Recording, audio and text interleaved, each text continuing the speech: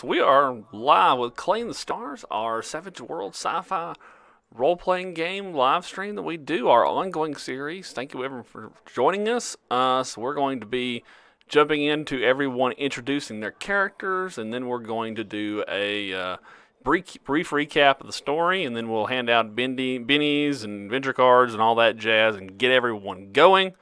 But anyways, we'll start everything off with character introductions. So Jeremy, tell us who you are playing today, buddy. Hey, I'm playing Levi Roosevelt, who's an elderly space cowboy, reluctant captain. Actually, he's not really reluctant anymore. That's I need to change that. But um and yeah, that train of thought just crashed. Space cowboy. He's a space cowboy. He likes to shoot stuff. That's what I got. Sorry. Just firing all cylinders in the first minute of YouTube. Thanks, Jeremy. All one cylinder. I got it. All right, Jeremy. Thank you for that wonderful introduction. I'm just busting your balls. Cliff. Tell us who you're playing, man. Yeah, so I'm playing Aston Courtney, smooth talking, short tempered, son of a socialite, currently wounded and aggravated and cold in an alien outpost. Very good, very good. And also, you can find him over at his channel, Quest and Cliffhangers, over on Twitch, where he plays D&D on Thursday nights, 9 p.m. Sorry, 8 p.m. Eastern Daylight Time right now. And Saturdays, you do Savage Worlds. You'd call that post-apocalyptic, wouldn't you? Yeah, for sure. Yeah. What was it, Cleavesland? The Cleaved Land. The Cleaved Land. Yeah, sorry, I got that wrong. I obviously I recognize that it's in Cleveland, but Yep. But yeah, that was my Fallout inspiration for the naming convention. So yeah. So Cleaved Land. But anyways, it's a pretty neat game they're running over there. So yeah, they're running D&D and Savage Worlds, two different nights. It's pretty good stuff they got going on over there. You can see a link in the chat. Well, did the link work that I dropped? What the hell? Anyways, Matt, tell them where they can find. Tell them who you're playing, and then what they can find out what you do, man. I am playing Arthur Haeckel. He's a young scientist and inventor. He kind of was on the run from some family issues back home, but he recently reconnected with his sister, and now the party is doing some alien investigation or alien tech investigation for his sister. And I guess I'll just post a link. Yeah, sorry, I still haven't got a chance to. Hey, I've been chasing around kids for like 3 or 4 days, and I've been driven up the wall. I apologize. I will get on. People don't understand or appreciate what all goes into doing all this shit offline. I won't. I'm not near as good as Cliff at this stuff. He's got way better macros and watching his streams, and he's got all kinds of stuff. I don't know how he does half the shit he does. So Stream Deck. Yeah, he's got stuff that pops up in chat and everything that I don't know how it works. So I've got mad props to him. So, but yeah, Matt does fantasy art, sci-fi art, beautiful stuff, and hopefully in the future you'll see more stuff from him during our stream. That's gorgeous. I can't describe how gorgeous his stuff is, man. So, but you'll see it on the stream occasionally, and but he's a workhorse, and it's good stuff. So, and Shaun also. Tell everybody who you're playing in the game. So I am playing Spencer. He is originally he stowed away on the ship, was quickly found out, and has since joined the crew, trying to make himself useful because he is a psychic. So he has certain abilities that he puts to use for the crew. In addition to that, he is on the run from basically the space mafia, or the Tanu Klava. So he's kind of working with the group in order to stay off the grid. And right now we are way off the grid. Yes, you're as off the grid as I can imagine anyone could be right now in a space setting. And in most space settings like ours, people have like these warp drives so like that where they can just basically go wherever they want. Not in this setting, you really can't. So you guys are pretty much only here because of your I guess your corporate connections to Astra Unum, and that's the only reason why you got here. So yeah, it's pretty neat. And I guess technically you're like only people here are people who are connected to Wright Industries or Astra Unum, and it is 28 light years from the nearest star. So if that gives you any sense of how close you are to any other civilization that's not Wright Industries or Astra Unum. So, anyways, so to recap last session, if you guys want to help me out, some of you guys want to kind of do that short, brief little recap.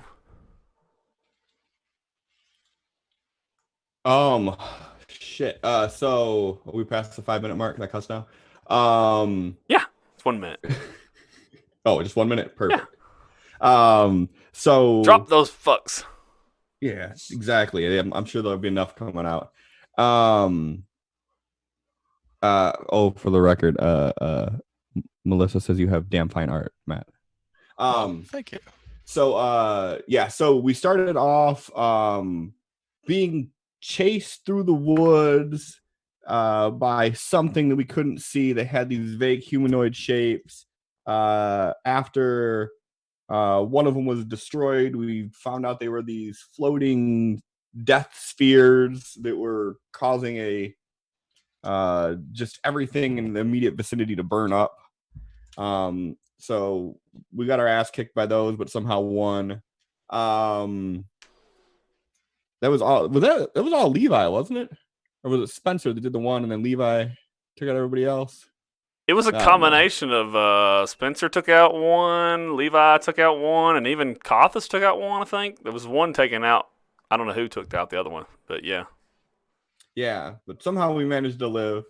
Found ourselves outside of this giant alien outpost, this building, this vehicle, this entity, this thing, this giant obelisk towards the unknown. Arthur was able to science think his way to find a panel and get us inside. On the inside, it was even more mystery and confusion and chaos. And our tour guide, Kothis, yeah. Was super confused because all the things that he's been hyping up to Spencer the entire time that we've been going here did not come to fruition, as Arthur determined that someone forgot to pay the electric bill.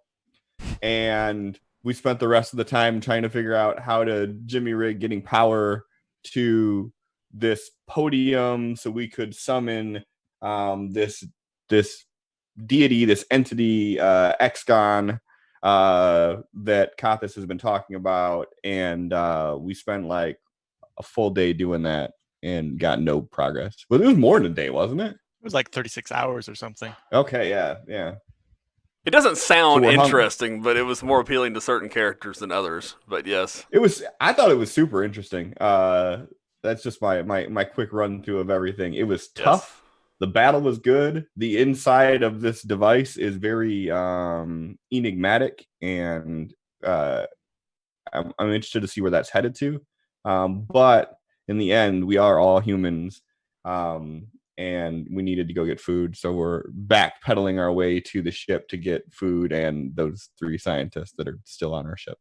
Yes, and and you yourself mentioned it actually. You are all human, in fact. So we have characters who are wounded, and I'm reminding myself to check actually if any of you are fatigued, because we did have.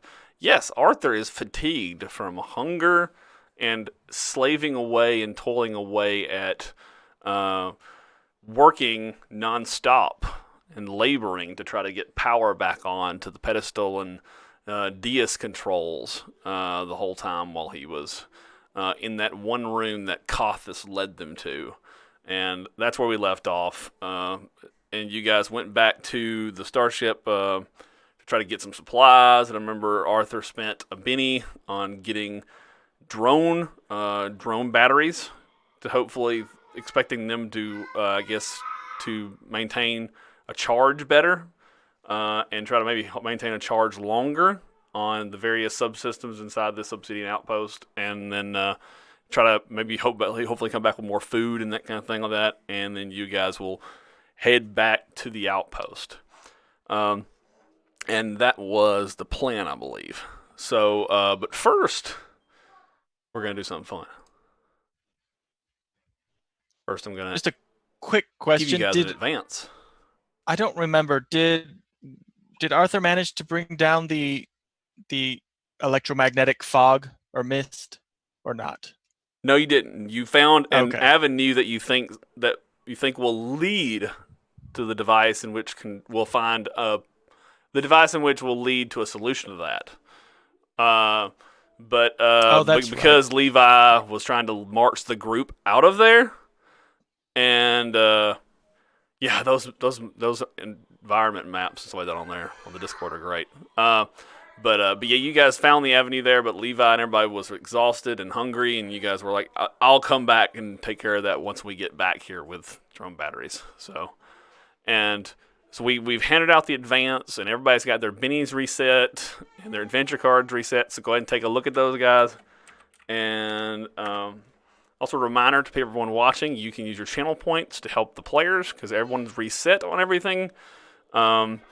You can buy them raises, which honestly, guys, just remember those. Those will be super valuable when you're working on stuff, especially on this one, because raises will shorten the amount of time it will to complete tasks when you're doing repair work and stuff like that. But anyways, you can bump up the time you bump a success to a raise for anything, even damage rolls, attack rolls, that kind of stuff like that. And then, of course, you can buy players bennies and adventure cards. So, okay. And, of course, the GM, too, wanted bennies and adventure cards. So, but anyways, so we will jump into things. However, we're going to jump into the future. Yes. Spencer. We're going to jump to a scene when you guys are all on the Griffin Explorer. You are just outside. You are just outside the medical bay, inside the Griffin Explorer. Aston is in the. Aston is in the bed in the infirmary. He is under observation right now at the moment. And you are just at the threshold of where the door is to the medical bay. And you just kind of stepped on into the doors. And Aston's eyes open up as you pass on in. And you kind of seem startled when this happens. And you and Aston kind of lock eyes. But something seems different about the way Aston moves. And he kind of sets up and just locks eyes with you. And then he just locks eyes with you just briefly. But it's kind of just a weird stare. It's hard to describe it any other way.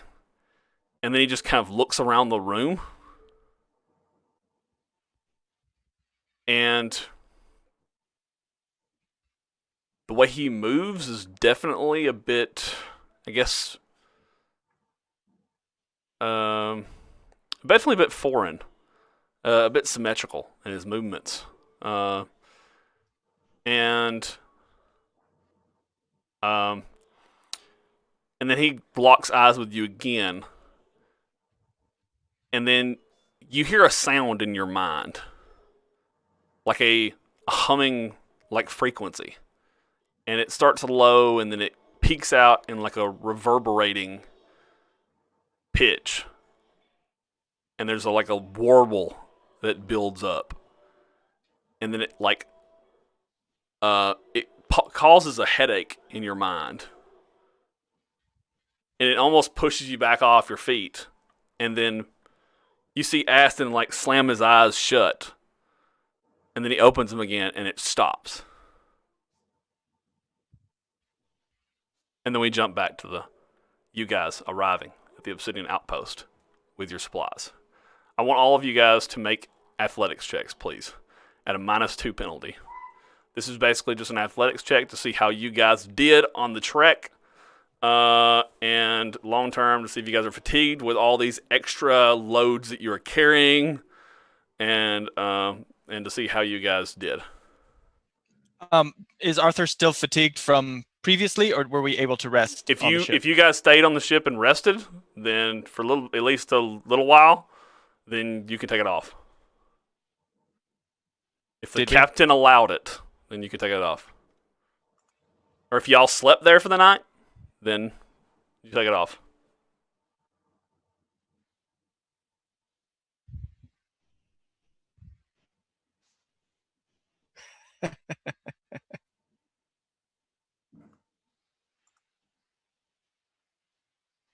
I got stabbed in the gut. What's your excuse? Jeremy? I've been up for a long time. I guess Jeremy's not even answering you. He's like, screw you, Arthur. Make that damn check. Sorry, was I supposed to do it at a -2? I misrolled then. We were asking you about whether you gave Arthur 10 minutes to get his fatigue off. When he got back to the ship. Okay, all right. Well, it's still a critical failure either way, so. I was being distracted by dirty talk in chat. Yeah, I get distracted by chat a lot too. Yeah, I'm bad about that. Okay, so, wow, Arthur. Okay. So if oh my God, you're the worst person to get this with. Okay, so Matt, I got you. Critical fatigue. Critical. Okay, so normally with anything that fatigues, usually what you do is you slap them with 2 levels of fatigue. So what happens is oh, nice. So yeah, what happens is so you get that one off, one fatigue off, and you rest it up, and you're ready to go, and all of you guys are rested, and you're loaded up with all these drone batteries and all this extra food, and you guys are hauling up there, and everybody gets there. But by the time you get there, you're just all so beat and exhausted. And so Aston and Spencer, you all get 1 fatigue, and Arthur gets a whopping 2 fatigue. So upon arriving. I'm used to working out my brain, not my body. It's terrible. Who knows? It might not be an issue. You might be able to just rest once you get inside. Maybe. Shane says with a smile. So, Yeah. somebody has to sweep. Somebody has to sweep the ship for cyber wolves first, though. All depends on what you guys do. Not it.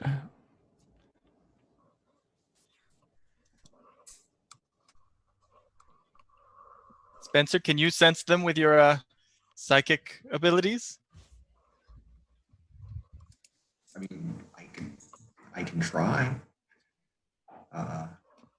They're mechanical. They didn't pop up on any of our sensors last time, so. Well, they didn't pop up on your sensors on the ship either. So What was that? they didn't pop up on your sensors on your ship either. So Yeah. So I can try it. Would that just be I can try mind link? you want to try Mind Link to pick up cyber wolves? You are welcome to, matey. You are welcome. Make a sonics roll. Specifically mind link, because I have mind reading. You can. I think you have to be within smarts technically to pick up a mine. I would say the mine that you haven't connected with before. You're supposed to be within your smarts range. Mm-hmm. Does that make sense? Yeah. Well, the range. You on can mind maintain links. it up to a mile away. Mm-hmm. And I've kind of allowed it like outside it for mines you've already connected to. But since you're looking for something completely new, I'm going to say Yeah, that so roll. we're going to go by the rules as written on this one. So just roll it. You can just roll psionics and see if you feel anything in the. Okay. Yeah, because I'm not trying to like communicate. Yeah, like a kind of like a psionic handheld sensor.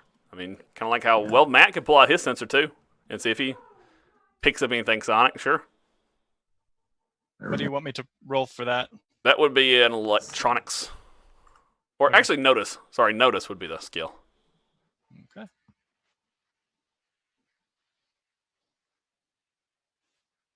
Okay.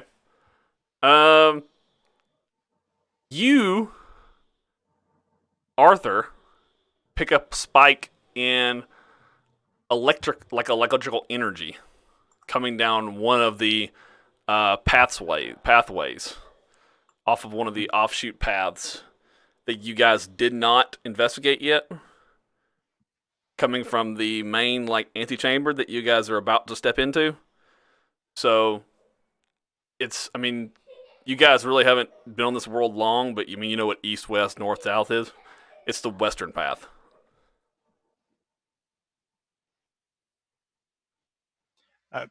I'm getting something down the western path. Did you sense anything, Spencer? Nope. It's an electrical signal.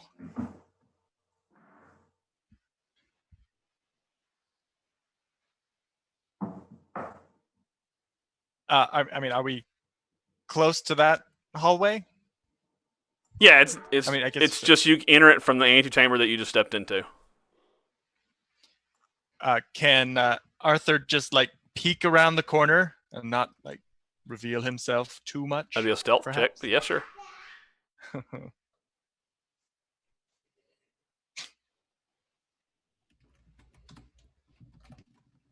Yeah, so you peek around the corner, and I mean your electrical sensors are picking up something, and you think it's coming from down towards the edge of the hall where it turns, but you're not seeing anything. I mean, there's random spikes of energy.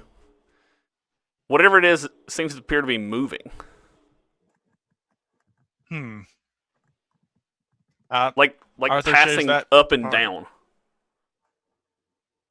Oh, okay. Interesting.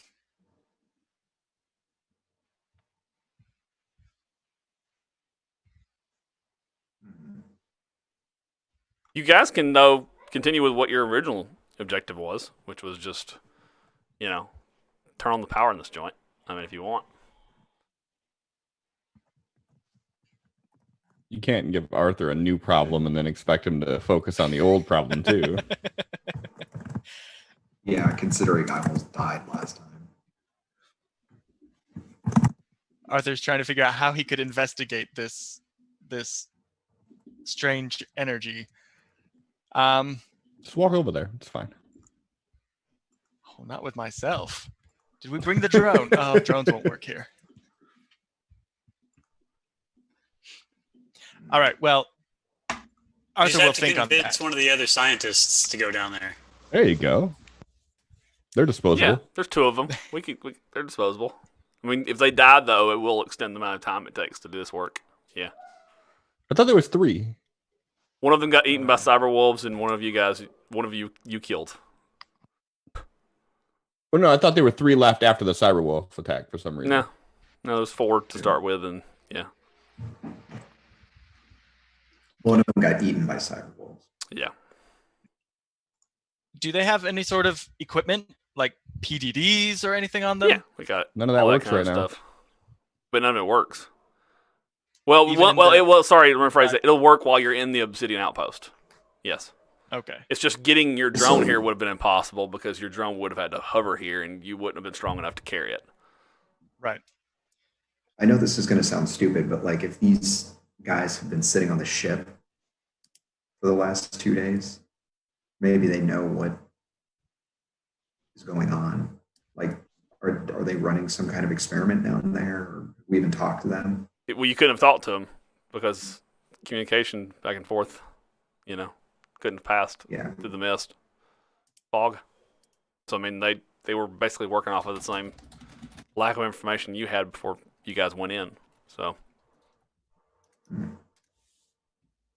Yeah, I was just Nope. wondering if they, Yeah. Nice try, though. or well, yeah, I was wondering if they were causing it or they were out there doing something. Oh. There. Okay, no, not really. No. So Kothis and his team, they emerge from the deeper chambers of the facility, back where the dais and such is, in the pedestal. And so he has two of his guys with him, the larger one that healed Aston, and another one. It's normal size, obviously for one of their kind. And then Kothis steps in the front, and then he greets you all with their guttural language, and then he kind of motions for you guys to follow him.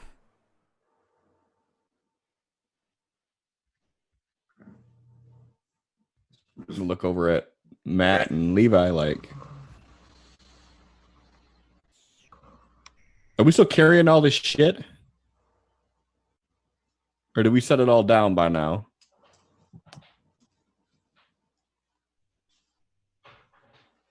I assume we've set it down in the big room we're in, the antechamber. Is this just inside the room, the door?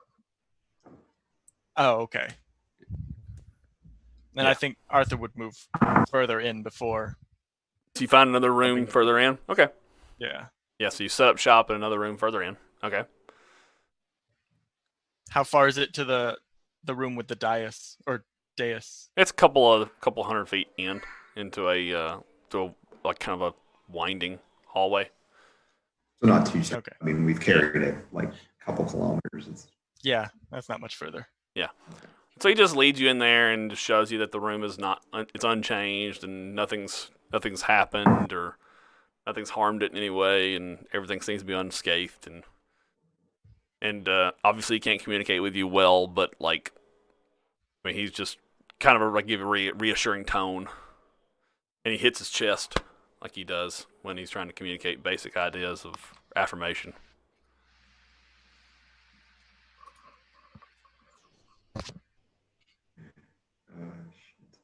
Cool. Right. Everything's still here. What are we setting up first, Arthur? Well, I think we want to bring down that mist outside that's stopping all our electronics and communications, so we can bring the ship in. I think I saw the device, or the machinery at least, that's doing it, creating it.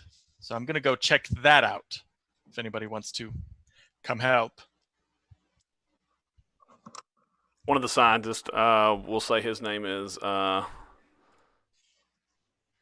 Sam Prince. He speaks up and says, I hate to disagree, but I think we should probably split tasks. I think it'd be good if one of us, I mean, you've already done so much work on this room. I think it'd be a good idea if one of us focused here at least. I mean, you've already done a lot of work here. If you can just spend, 20 minutes getting us up to speed on the work you've done here, I'm electrical expert. This is my expertise, right? I mean, mechanical work isn't my thing. So I could stay here and maybe I can get this room functioning with a drone battery. And you could do your work and she could help you. Does that make sense? Sure. I mean, how are you at figuring out alien languages? I mean, I can teach you what I figured out, but it's not much. I have some experience at it. I was with the research station before, so I was one of the people that found the cataloged location here. So, yeah, okay, sure. I'll catch you up to speed. Okay. So you spend 20 minutes with him, and Dr. Prince stays here. Okay. Okay. So, and the other doctor will go with you and assist you on what you think will lead to a solution regarding the fog. So if anyone else wants to escort people and that kind of stuff and stay with them, they can just declare what they're doing now. Yeah, I'll go with them because I don't have shit else to do. Yeah, I'm going to go with him. There's also that strange electrical signal that could be investigated. What strange electrical signal? Shouldn't you send the electrician with that one? He goes, I'd rather not In fact, I think someone should at least stay here with me. I think it's a bad idea to leave someone by themselves, right? Agree? Well, yeah, but we got, and I point at the Kalthus and his buddies. I mean, if you need me to stay here, sure, whatever. No. I'm just better at turning a wrench than using. I was gonna talk to Kothis anyway. So Aston, why don't you stay here with me? I mean, I'm sure you could probably help me with troubleshooting, right? And he kind of looks at you and looks back at the tribesman nervously. Levi's giggling on the inside. Aston giggling on the outside. I offered to stay with the guy just because I was going to talk to Kothis, and I did help, set up or figure out some of the electronic stuff in here. I'm not as good as other people, but I did help a little bit. This is true. So I guess if the guy's willing to, take a 16-year-old chaperone. He says, okay, I don't know if there's something you can, it's fine. Do our comlinks work in the building? Yes, they do. Only between you can't contact back to the ship, but yes. Okay, so just so I'm understanding, Dr. Jessica, actually we already had a Jessica recently, I'll call it Bethany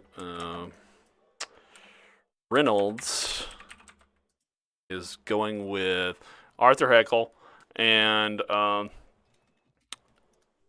Dr. Sam Prince is staying here, and Aston and Levi are both going with Arthur Heckel as well, right?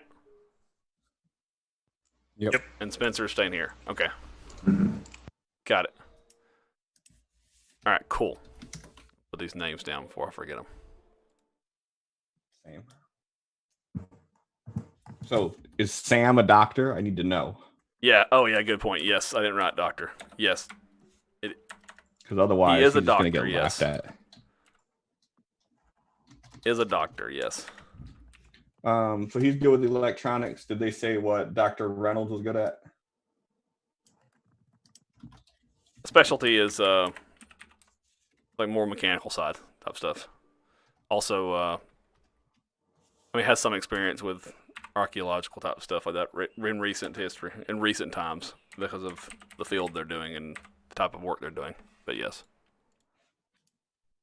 All right. More work Levi, side experience.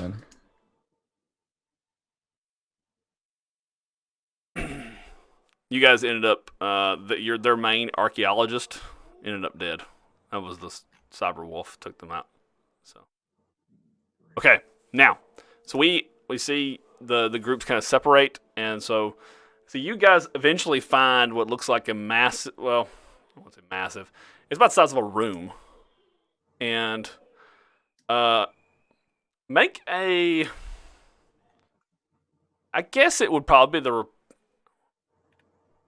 it would probably be a science to figure out. I'll make a repair skill, I guess, to figure out what this machine is just by looking at it. Yeah, you can kind of ascertain. This looks like some sort of like massive, both of you guys can kind of figure out what it looks like. It looks like some sort of massive like ventilation system. Like it looks like it's meant to pull air probably in. Obviously, it's like a high-tech version of it, right?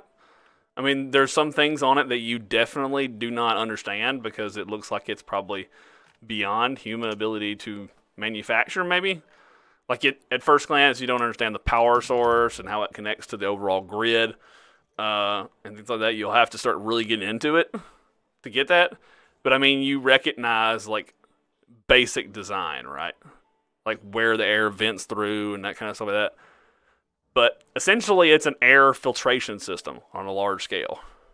And you guys are both of you are basically putting two and two together and figuring out that this is essentially, once it's powered on, it sucks up and contains the fog outside. It doesn't shut it off. It pulls it into the outpost.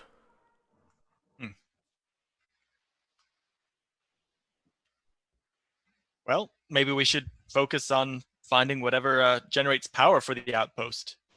Presumably that would supply power to this machine.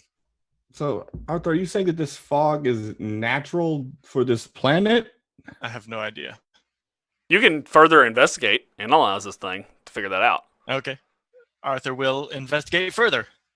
Okay. Science. Yeah, that would be requiring open up the machine and like actually digging into the machine and understanding it. But yeah, that would be a repair check, please. Minus 4 because it's alien technology. Can I assist with electronics? See if I can look around any of the wiring, help pull off panels, kind of dig in with them.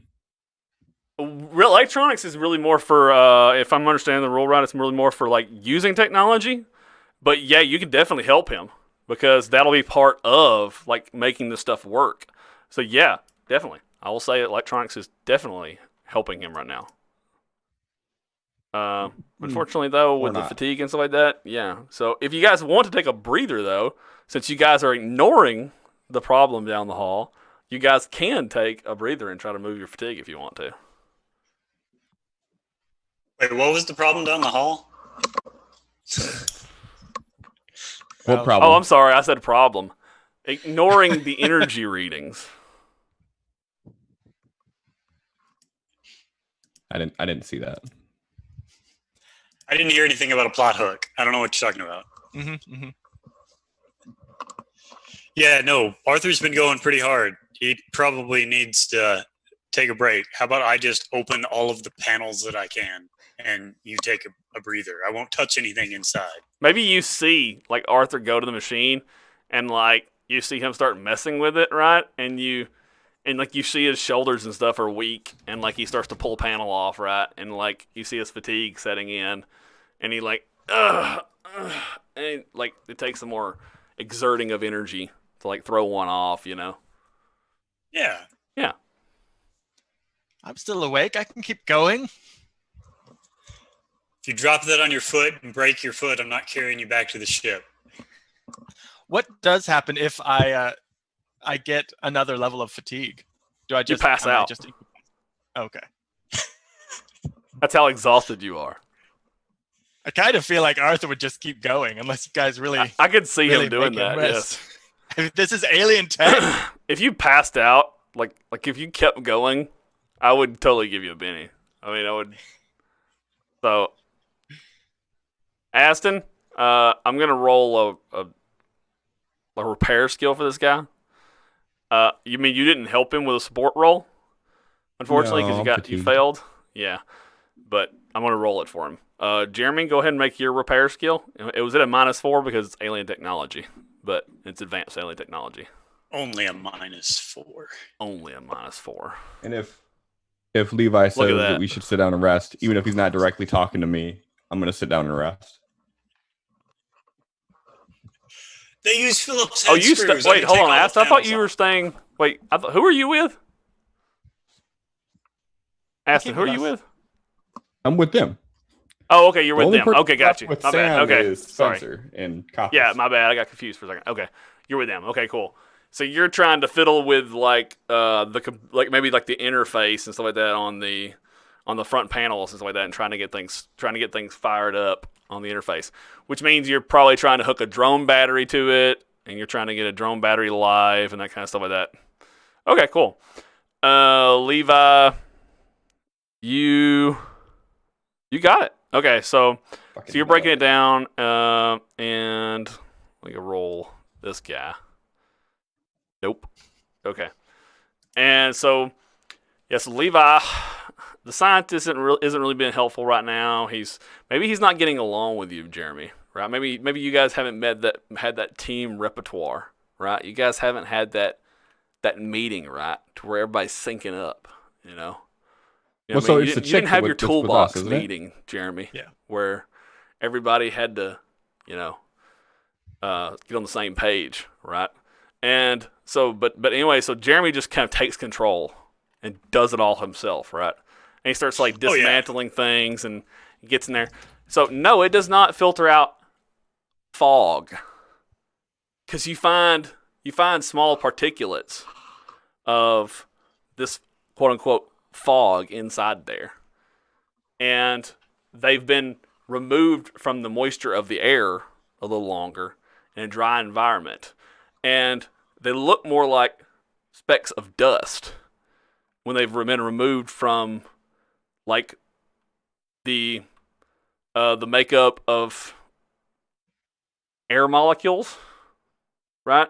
The hydrogen and all that stuff of the air and all that kind of stuff in the chemistry of the air, right? They look different in a drier climate, and they look more like crystallized particulates. They're obviously very small, like almost like tiny bits of salt, but they're definitely not. It's definitely not fog. And we've been breathing this.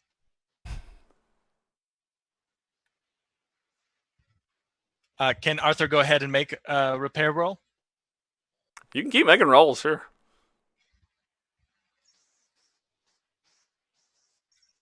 Oh dear, not that.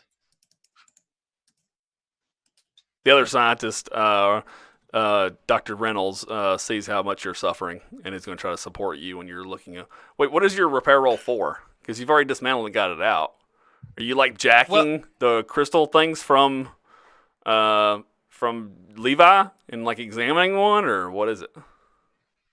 Well, I mean, he hadn't made a repair roll yet. I thought Levi was doing a support roll. Oh, okay. You did decide to help him. Okay. Okay. I mean, Arthur did not pass. Okay. I got you.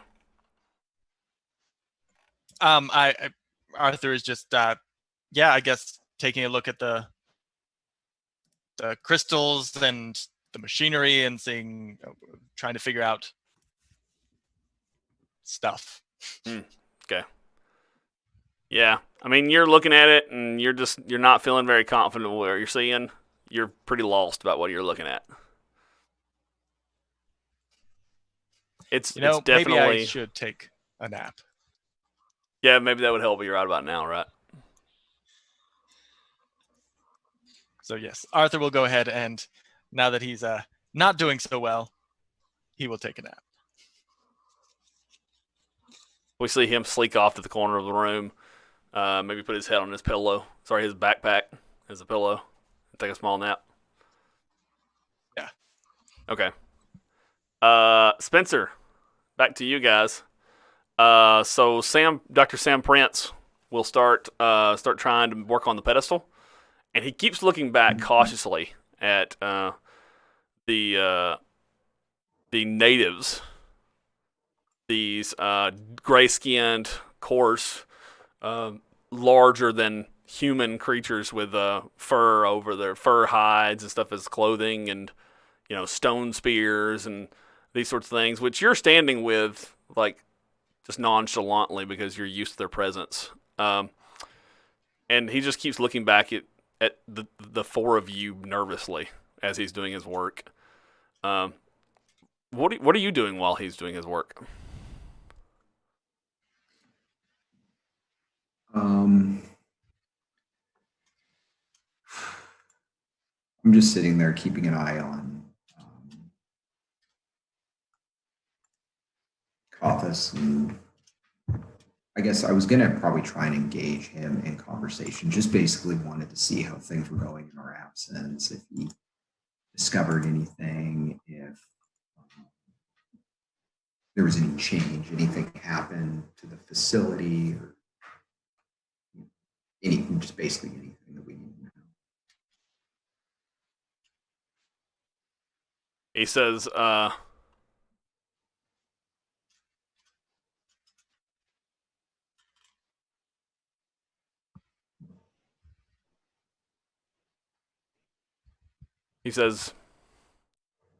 the Reavers from the forest came.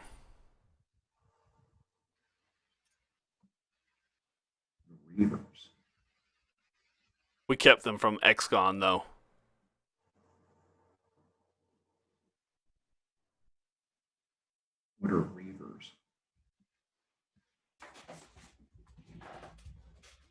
I don't know how to explain what they are. I've seen them before. I've never had to fight them though. Like I fought them last night. Well, sorry, it was like 30 minutes ago if you guys didn't sleep on the ship, but yeah. Did you guys sleep? I'm hoping you did on the ship, right? Yeah. Because you guys are going to seriously make some serious fatigue checks if you just didn't get right sleep. Okay. Now, All right. that was part of the point of Okay. going back to the ship. All right. Then he says during the night and instead. refuel. Okay.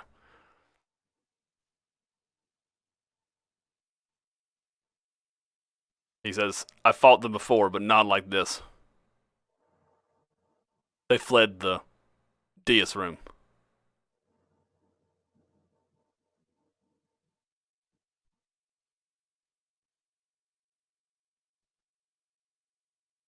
They came from the forest? Yes. I don't know where they went, though. I guess they left. Can you describe them to me? Will our weapons hurt them?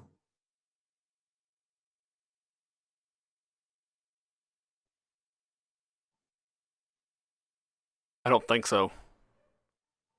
Only my mind is able to affect them. My men were of no use.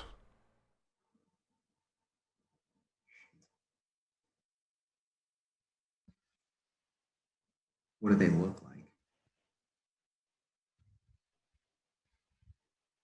I'm not sure I know how to explain what they are.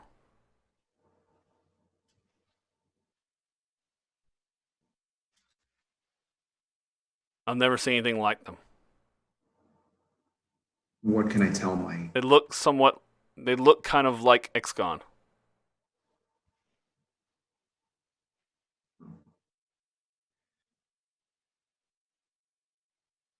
When he stands behind the pedestal, bathed in light. So you'll see lights? They seem to be of light. Okay. Okay. If I can reach the rest of the crew on comms, I will let them know all of this. And I'm like, hey, just keep an eye out for any lights. They don't appear to be basically susceptible to our weaponry, only psychic powers. But they chased him out of here. Did you say lights? Out of where? Out of this building, the ship or facility or whatever the hell we're in. Out of the, back into the forest. He said he chased him out of the Dias room. The Dias room, okay. So they could still be in the facility, actually. He chased him out of here. Oh, okay. So there's crazy monsters that only you and Gothas can fight? Because nobody else has brain powers. The case. If you guys want to regroup here, maybe we can get this under control and then move out later with either myself or Gothas.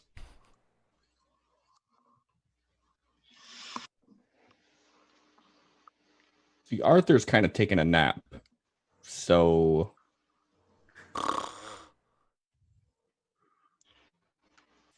And we may, if we can get this thing running, it may help with the dust cloud outside.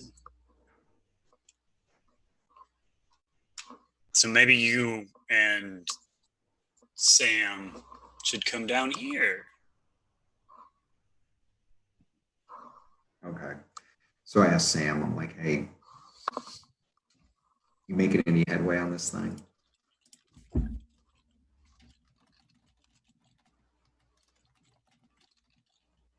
He says, well, I'm connecting the drone battery again right now.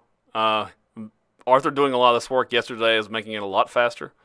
I should be able to get everything back operational on the pedestal in no time. like within just minutes. Okay. So I let him know, like, if you guys can sit tight for just a few minutes, he says he can get this thing running and operational, then we can come to you. That's the first logical thing that you've said ever. You're coming in broken. Repeat. Say again. Spencer, use your psychic powers and tell how many fingers I'm holding up. Like I got none of that. Okay. Sounds good. See you in a few. So do I.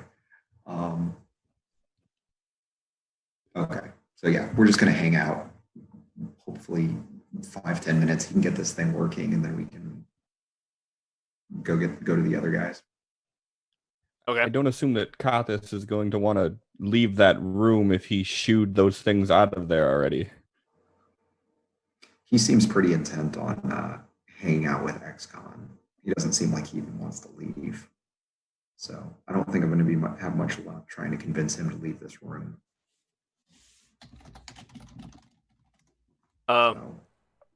So if we can skip ahead a few minutes, he says, I believe I've got the drone battery hooked into the pedestal. I believe I've routed everything back to the dais. I don't know if I've restored this XGON because I still think that this XGON is stored somewhere else. But I need to know if I got the dais connected to the pedestal. So I need you, Spencer, to stand on the dais as I activate the pedestal. Because we need to test it.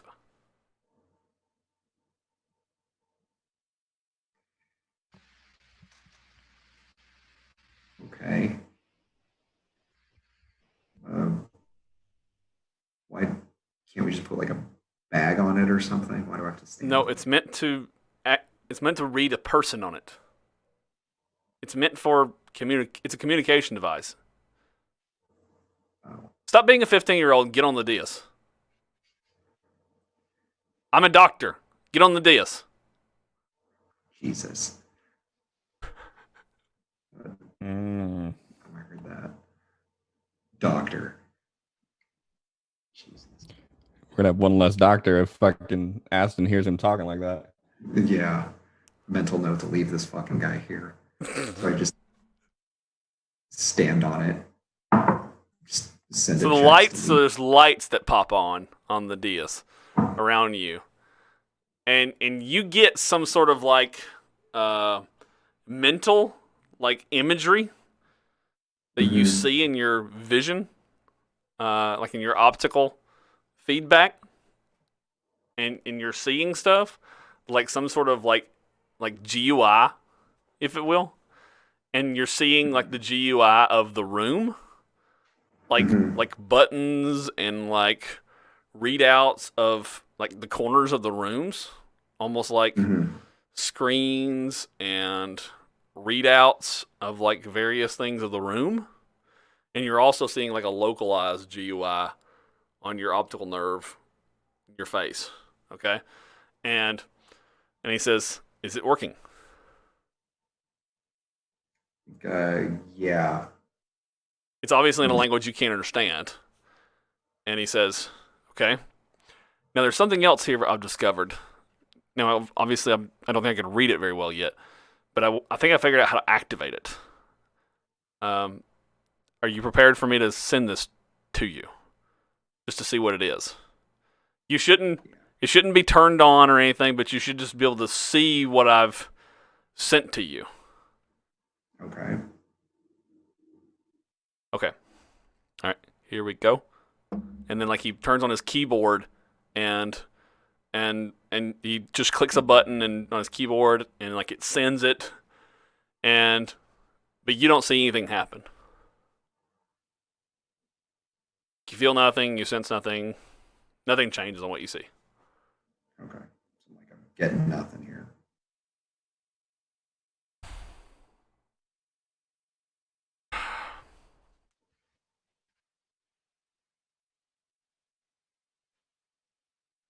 Okay. Well,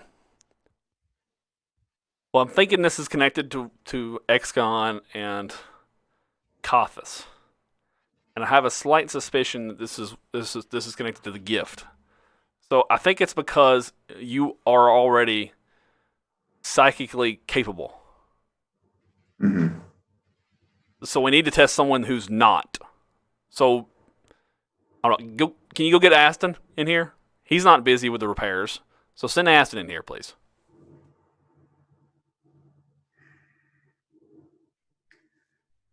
God damn it. I'm like, okay, so I just, click over to Aston on comms. I'm like, Sam needs a guinea pig that doesn't have psychic abilities. He thinks this thing only works for normies. Sounds like a problem for you and Sam. Well, he's asking for you. Why is he asking for me? Look, I'm sorry, I don't Aston. know. He seems to think you're useless. I'm sorry. Come again? That makes two of us. I'm like, yeah. So I send you a text. I'm like, dude, this guy's an asshole. Just glaring at Levi.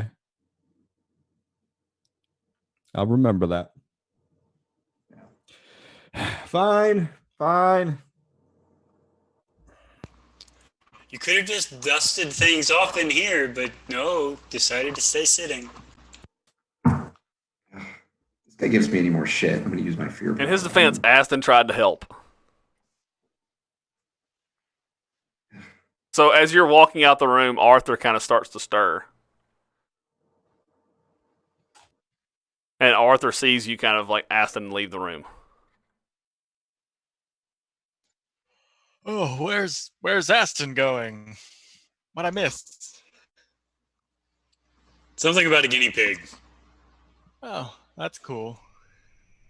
What's going on here? I think I got all the panels off, and they're real dusty.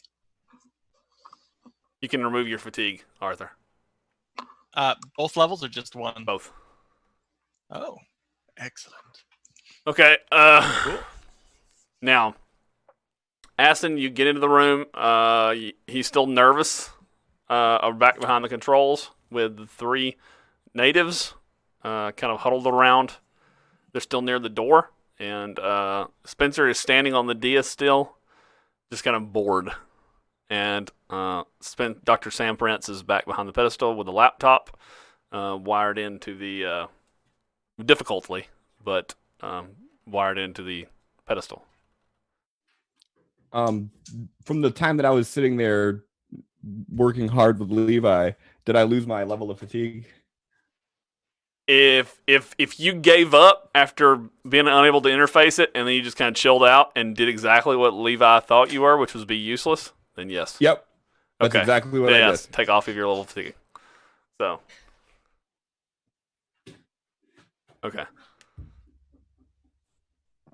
So I'm going to step off the dais or whatever. As soon as you step off the dais, your optical GUI, everything fades away. Okay. The whole room goes So black again. Okay. So I'm just going to go lay down in the corner for a little while, just like put my bag behind me and just kind of lay down on it. So I'm like, dude, I don't want to have anything to do with this asshole, and I can let fucking acid deal with him. I'm just going to take a nap. Okay. I figured to just let Kothis just keep watch. And all right, Doc, hop on. I'm gonna go mash on the keyboard. Doc, hop on. He says, "No, you don't know what you're doing." I mean, you don't really know what you're doing either, do you? Jeez, no respect. He's like, well, I mean, guinea pig, really? He says, "Well, someone has to do it. We have to make sure it's working, and there could be very vital research inside these quote unquote files. I don't know what they call them, but before I know what's inside them, someone has to stand on the platform and receive them and see what they look like. Okay. So what happens if this thing kills me or maims me? It shouldn't be. That shouldn't be within its possibility. That shouldn't be within its possibility because it's just and also, well, it's just information. If you say if it's for It's just science, I'll just information. shoot you in the face. What did you say to him? Sorry, I missed it. If you say that it's a sacrifice for science, I will shoot you in the face. He says it's purely information. It shouldn't be possible. Okay. Okay. Just remember who got you free from this whole incident here. I am forever in your debt. I promise. Okay. I'm just gonna shoot a glare over to Spencer. Infinitely valuable. Blah blah blah blah blah. He says blah. He literally says blah blah blah blah blah. He says, "Get on the dais, please." Well, seems how you said please. I'm just gonna shoot a look at Spencer, meander over to it, and just standing there like, okay, now what? Okay. He says, now that you're on the dais, you should be getting a. Do you have it? And you see a heads-up GUI display, all that kind of stuff, optical readouts, whole readouts of the room appear, like light switches, digital like holovids on the wall, everything, whole shebang. I'm not gonna answer him, but he's definitely gonna tell that it's there. Yeah. Okay. He says, I'm assuming by your lack of response, yes. Okay. So I'm gonna hit a button here, and then you should see something appear on your optical display. If you do not receive it, tell me. Well, I guess tell me if you do or don't, I guess. Whatever. I'm going to hit a button, okay? And then he hits the button, and it sends to you. You see like a blue kind of box appear, like filling up your entire like front of your optical nerve system, and then the box fills in with some sort of, I guess, a robotic looking face. I guess it's kind of like a holo image. It is. You played Destiny, right? What is it? That race of people that look kind of robotic looking. What are they called? I can't remember. The Vex. Yeah, no, the ones you play as. Oh, the Exos. Yeah, they look kind of like Exos. Except if Exos looked like they were put together from random parts from different Exos, kind of like pieced together from random parts, and mix match paint schemes, mix matched like different materials. And this person appears, and it says identification. Sorry, it doesn't say identification. Actually, it just has like information readout and an alien text below it, and then it just kind of like, instead of just sending there and it showing it to you like he said it would, it floods you, like it goes into you, and then you're thrown. Well, make a vigor roll, I guess. Okay.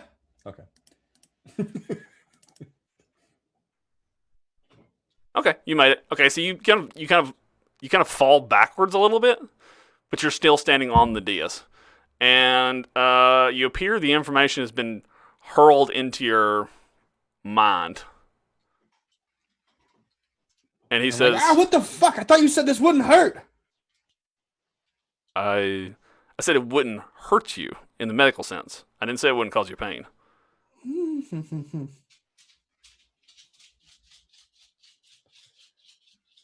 What was that? I believed it was just information on how they're sending this gift to people. But was I mistaken? Did you see information about psychic readouts, Hertz readings? Just seen a face. A face. A face. Wait. A Wait. A face of- robot-looking Was it face. human? No. Well, well do you, Was I not supposed to can see you a face? can you somehow send it back to me the way you saw it? I don't know how to. Can you? Okay, come over to the pedestal and see if you can. Uh, shit, I don't know if you're able to do this. Okay. Okay. I know you're probably not good at this kind of thing, but see if you can come over to the computer console and see if you can go through these files with me, and see if you can somehow figure out what this face looked like and show it to me. And so basically, you can try to go through the catalog files and see if you can find the face, or try to I don't know, describe it to him or whatever in the files. Sure, let's see how well we do with electronics. Nope. My head hurts like hell. Yeah, maybe that's all it is. Yeah. Okay. So I'm describing it like robot, this patchwork creature thing, vaguely humanoid shaped, but You try to get out the word definitely not robot. human. You try to get the word robot out, and you start to say it, and you stop, and then you can almost like your language skills just stop. But then you pick up the rest of your sentence. But There's you a- could, yeah, you say the rest of everything else. This put together. Why are you looking at it like that? He says, "Please don't hurt me." My head didn't hurt so bad. We'd be having a different discussion. I just want to tell you that this could be a potentially great discovery. I mean, I know that you're thinking that this is terrible for you, and I'm aware that it is horrible. But No, I'm thinking of, do I want it to be named Aston Courtney or Aston Charles Hatcher Courtney for this discovery? right, and then he just kind of walks away.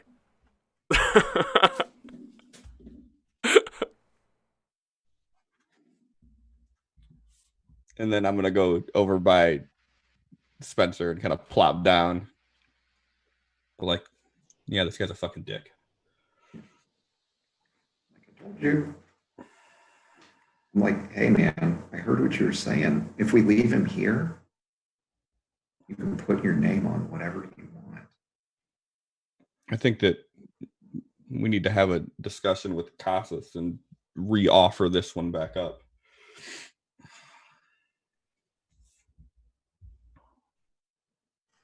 Is my nose bleeding? I feel like my nose is bleeding. Just look at him, is he bleeding? No, it's not bleeding. Just a headache. I have a metallic taste in the back of my throat. Yeah, it's not a surprise. It's probably a bit rusty, too.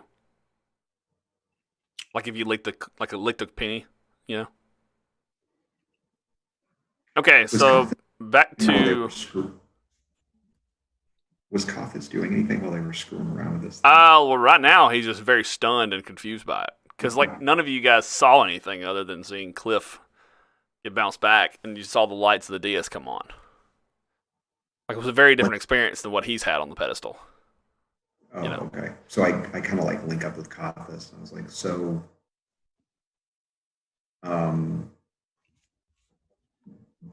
does it look like we got this thing turned on?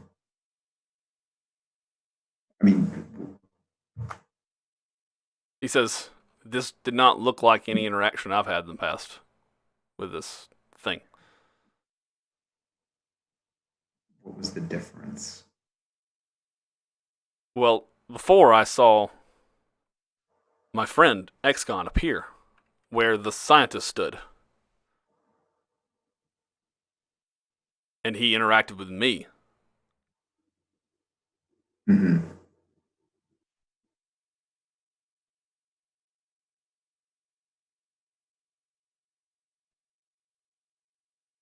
Hmm.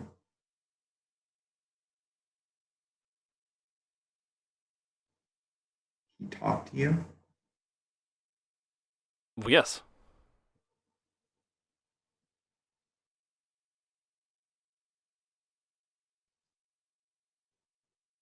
Hmm.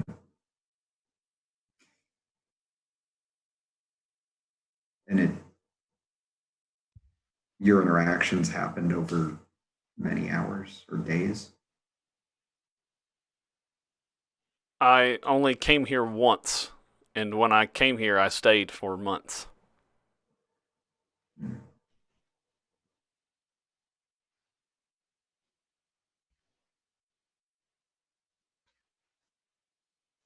Now would be a good time, Aston, to take the arcane background sonics.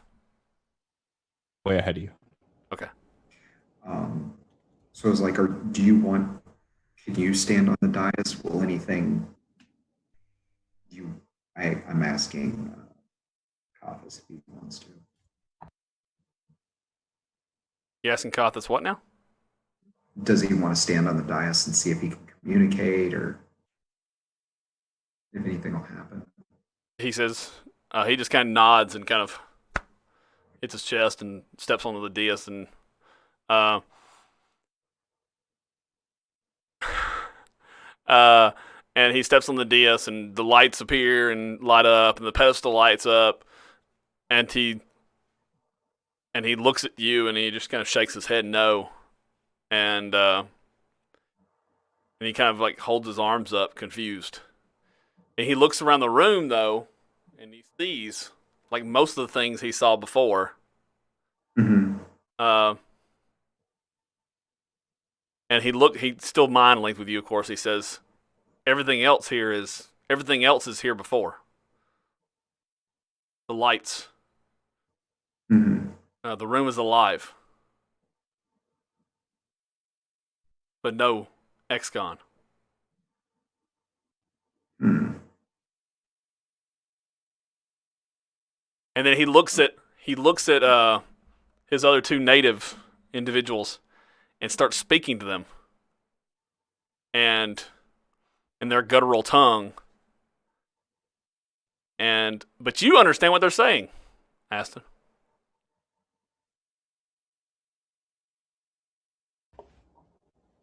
You can't understand the words, but your mind like gets the meaning. I'm just looking at Spencer for a second, and I'm like, are you talking with your mind, or do you have to poop? You get that look on your face. No, sorry. Sorry, the native, like Kothis turns and speaks to... Oh, okay. Before that, that's what I say to him. And then, obviously, he's not responding to me. But then as he starts talking, all of a sudden, my attention just snaps over there. Like, if Spencer's sitting next to me, like, he would notice this strange recognition in the word, like that I'm noticing what's going on, because Aston never pays attention to anything like that. And then suddenly, like, I'm hearing something that, like, it's clicking. I'm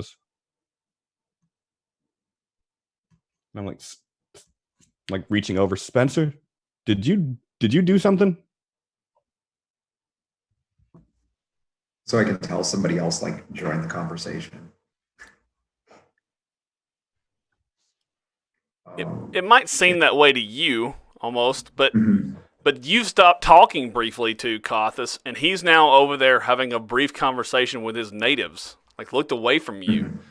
And Aston, they appear to be, I'll just kind of like translate it, and he's like what happened is one of the natives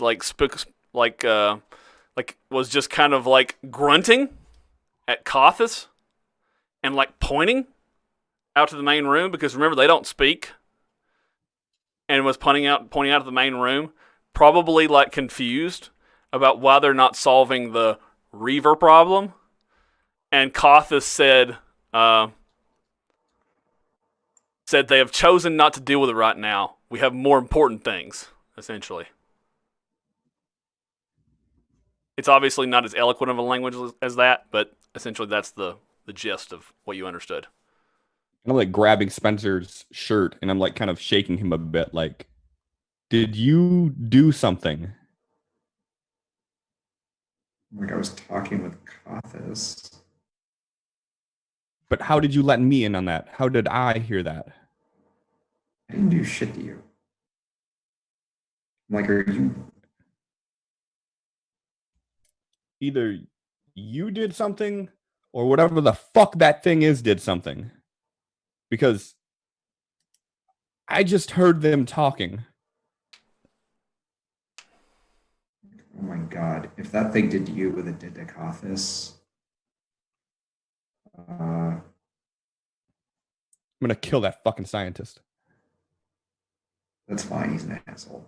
But you didn't talk to XCon. Apparently, there's some like ghost in the machine or some weird shit. You guys just booted this thing up. Maybe that's the thing I seen.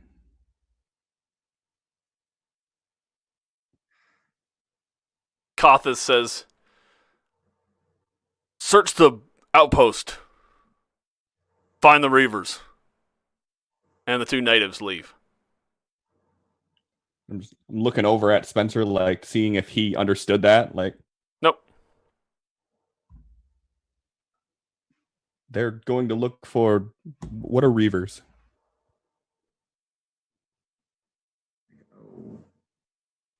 Those things that I was talking about over the comms. I know this isn't the time, but I rarely ever listen to you. Uh-huh. I know. I'm like, shit. See if you can talk to Kathis without, don't open your mouth. Just say hi.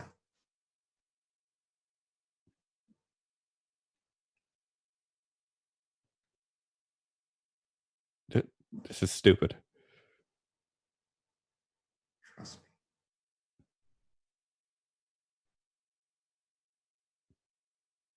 me. And it's simple. Do You like to you be dirty. you just do it from here, or do you like go to approach Kathis, or what? He's just sitting here trying to think of it, and just nothing's happening. No, if you think to actually do it, something may happen.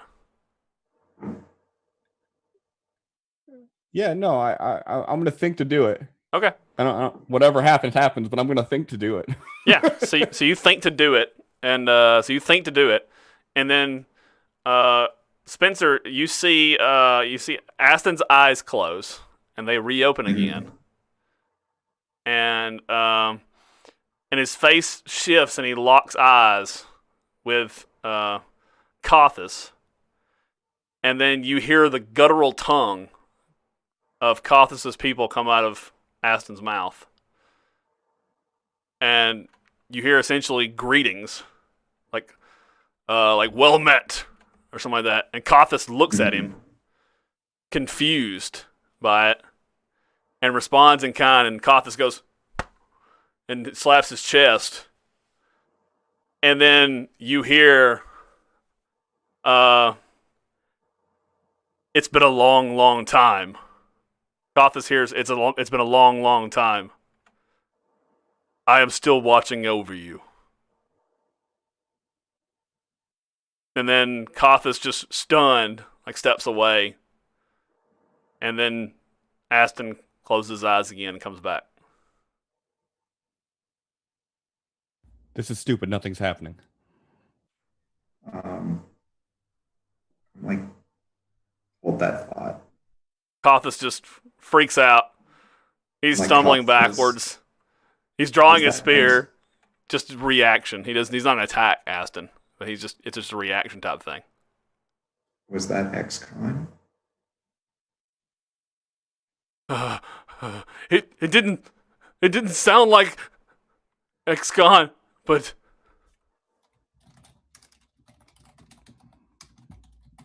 it's sorcery. It can't be.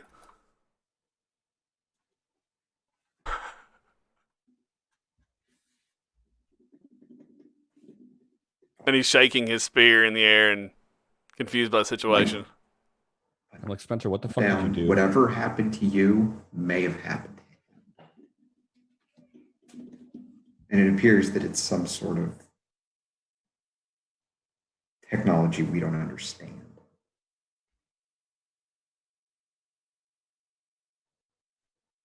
What the fuck are you talking about? Well, this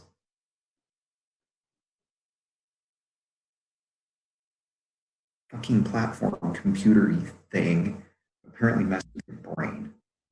So you can communicate psychically, but I'm trying to figure out what Kothis heard, because it doesn't sound like the same communication I have with him. It almost sounded like you were possessed. What? What? Well, as you're so fond of reminding me, I'm a 15-year-old who doesn't know what the fuck's going on. So Now's not the time for you to admit to these things. give me a minute.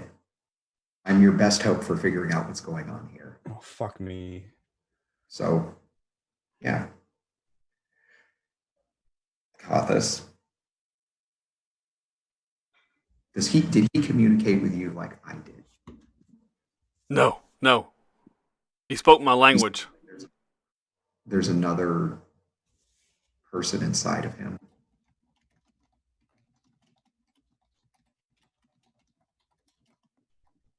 Because he doesn't appear to remember. He says, well, hold on. Let's backtrack a little bit. Yeah. He says, you said, does he communicate the way I do? Mm-hmm. He says, not in my mind. Well, he says, yeah. Yeah, he did communicate the way I do. Oh, okay. Because you got to understand, okay, so make a smarts roll. Spencer.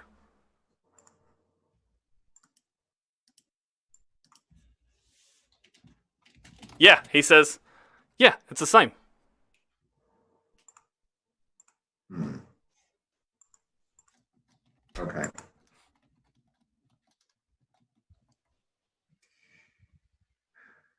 But I'm not physically talking to him when I communicate.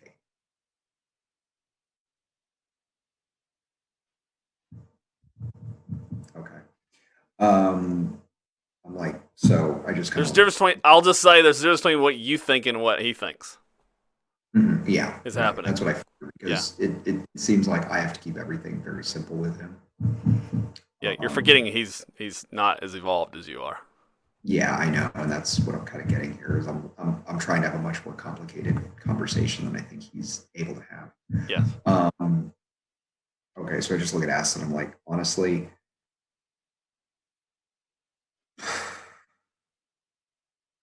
I don't know a whole lot about psychic abilities, but everything that I do know and everything that I've ever been told is you have to be born with it. And this has to be something else then.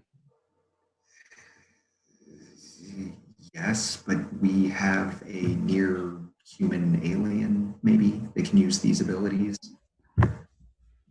They can use these abilities. I don't know if it's because you're standing next to this thing. I don't know if this is just a temporary thing. I don't know if we've encountered some sort of technological entity or computer that is able to grant psychic abilities. Well, tell him to fix this. Who? Kothis? Kothis. Or the fucking scientist or whoever. The scientist left. You pissed him off. He left. So you have to go find him. So you want me to get this fixed? I've got one guy who's a fucking supreme douchebag, and I've got another guy who's holding a spear. What would you like? Apparently, I always play supreme douchebag NPCs with my players. Yeah. Well, I mean, it doesn't help that Aston is He the triggers leader people. of that clan. Yeah. I don't care which one of them does it. Just fix this. I didn't agree to something rooting around in my brain.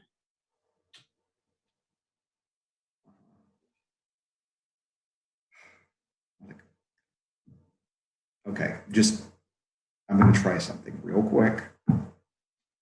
It's probably not going to make anything worse. I'm going to do a mind link with Astra. Okay. It's probably not going to make anything worse. Probably. Quoting you on that. Probably. Famous last words. Which mind do you want to link with? Yeah, see, that's exactly what it is. That was my question. So I'm just gonna root around and whatever is. You want to see how many minds you find in that little noodle of his? Yes. You can try to use additional recipients. Is that okay? I will do that. I think that increases the. I don't use. Yes, it increases the PowerPoint's cost. PowerPoints. How much is it? Okay. How many am I detecting? You're detecting 2. Okay. So I'll bump it to 13. I mean, I don't think technically allows you to detect with them, but sure, I'll tell you how many are in there. Okay. So I'm going to blow 2 PowerPoints and just see what comes up. I guess I can make the roll. Normally 1, right? Okay.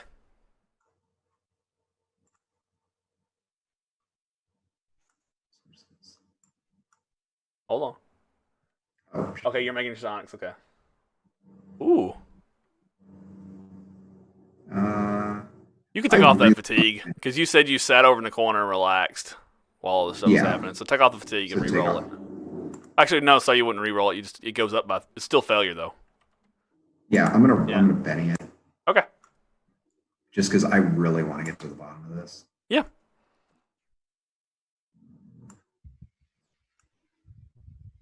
There we go. There we go. Okay. Wow.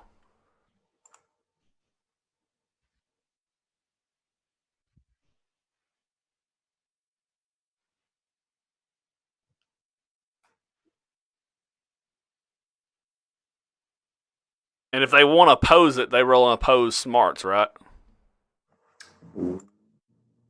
That's what it is. Let me see. Telepathic connection. Yeah, it'd be smarts would be the opposed row. Yep. We're definitely gonna do that. You're gonna oppose it? You don't want him in your head? Oh no, but I failed anyway, so it's fine.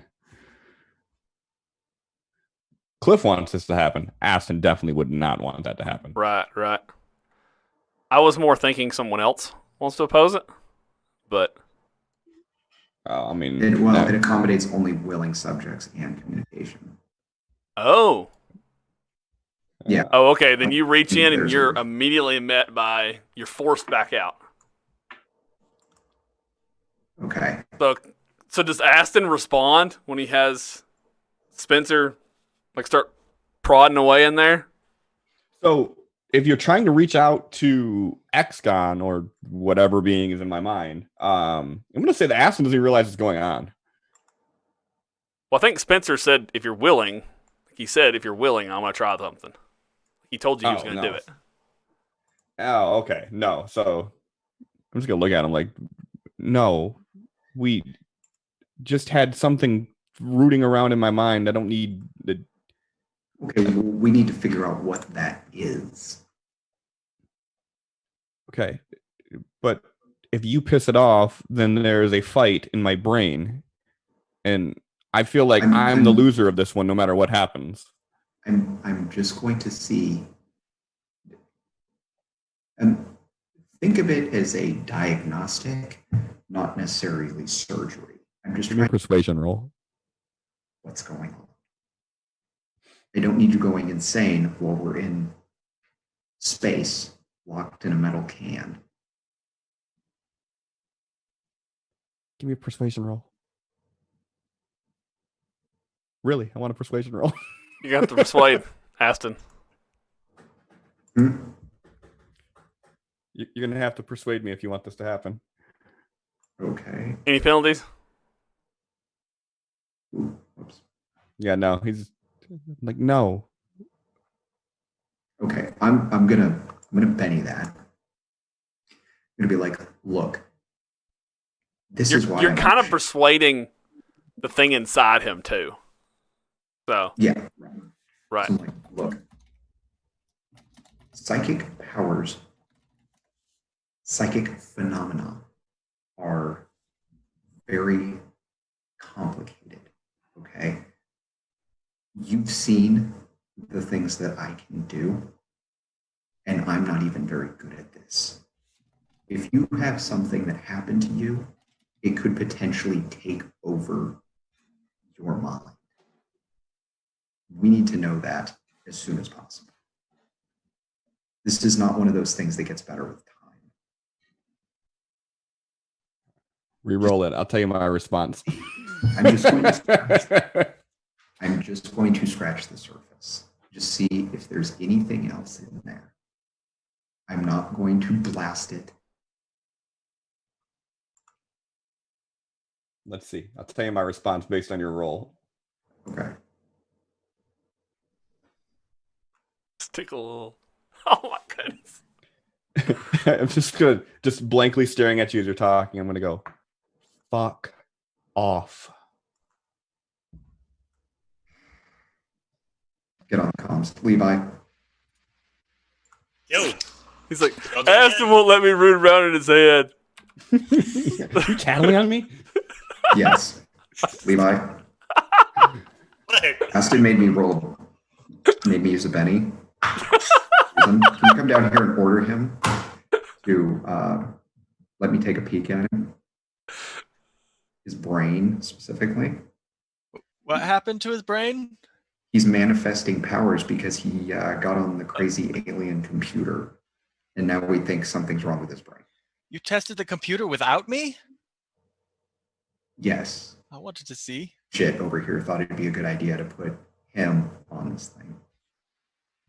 And They're now on the Aston's comms. gotten an So upgrade? I thought I was revealing information to him. I didn't know I was uploading something to his mind.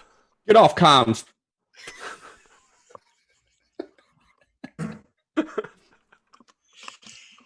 Yeah, so anyway, they were playing around with some alien tech, and now he is hearing voices. So I need to know if it's schizophrenia, which I don't think it is, because he can now talk to us. Things can get really bad if we don't figure out what's going on. Children, handle this amongst yourselves. It'll be okay. It's already been handled. That's a good time, actually. Handle amongst yourselves. Good time to make sure Arthur and Levi get to play a little bit. So let's go back to Arthur and Levi, and we'll catch up with you guys on how you guys are handling your crisis after we come back to you. Exactly the same So- as it was before. So Arthur and Levi. So you guys have gotten the panel open. You've figured out what they are. Do you get some of these things out? Like, what's your next step? Yada yada. I mean, I guess Arthur would want to take a closer look at these crystals for sure. Does he have hardware to look at these crystals, to analyze them? Oh yeah, I'm not sure what- Well, you have a repair toolkit. Do you have a science toolkit?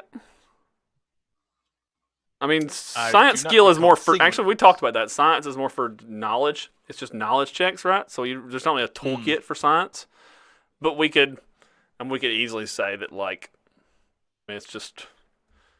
Well, I guess for some things, Well, I guess science I have- would need a toolkit. I guess like magnifying glasses and like microscopes and that kind of stuff like that. I mean, some of that would be in a repair toolkit. Also, I can MacGyver something. there you go. There you go. So you have the MacGyver skill. Yeah. All right. There you go. Perfect use for MacGyver. All right, I will go ahead and use the repair roll to create a device that'll allow me to analyze and There you inspect go. these dust particles. Very cool. So yeah, you have a piece of functioning tube and some glass and that kind of stuff like that you've had left over from repair that you made once, and then you function together something that's suitable. and then you can like look through this at least to kind of like look through it better, than you could before. It won't really be. You can at least look at it better than you could before, right?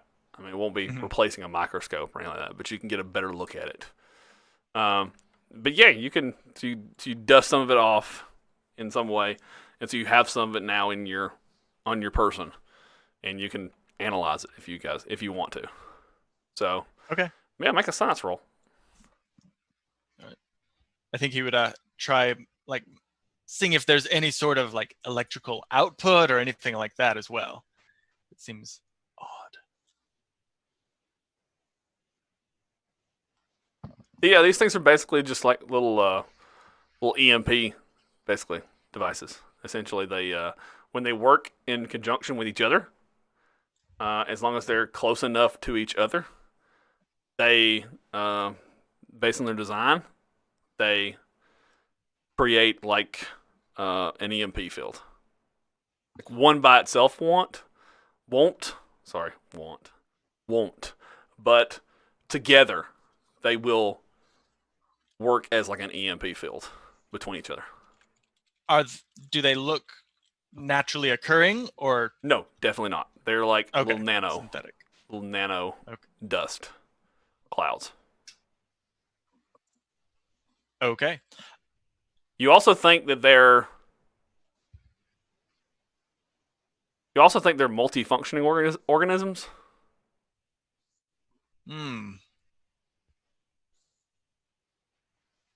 Multifunctioning, like Meaning that work they together. can be reprogrammed to do different functions.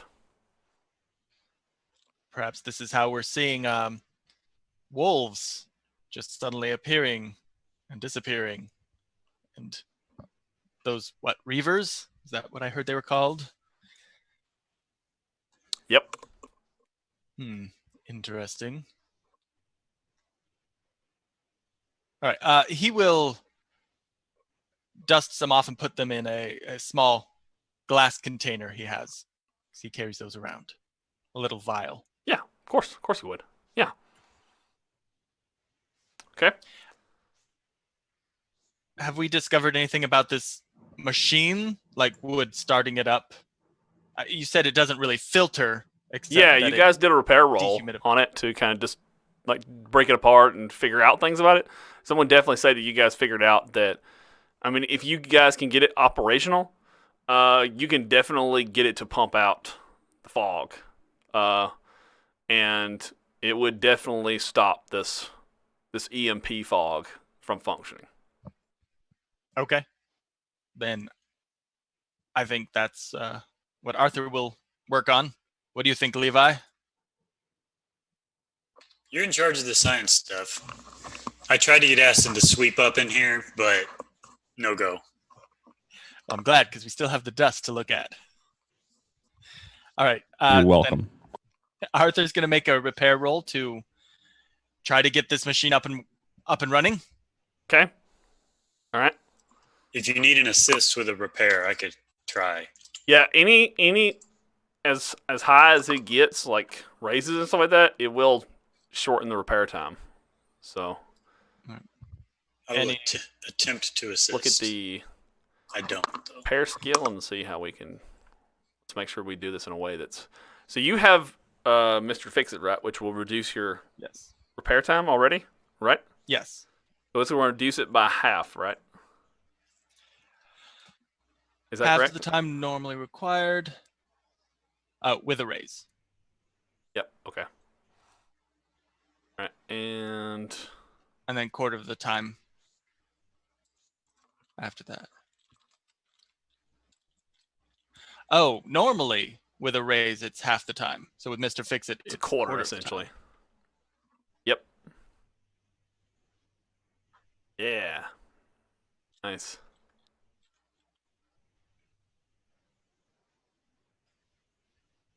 Very cool. Okay.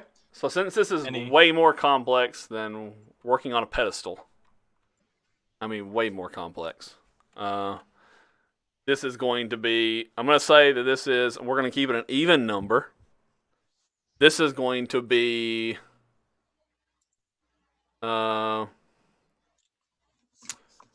This is going to be. How many supplies did y'all want to say y'all brought with you?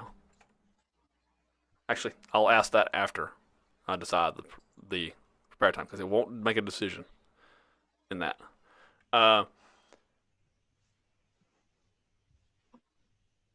It is going to be a.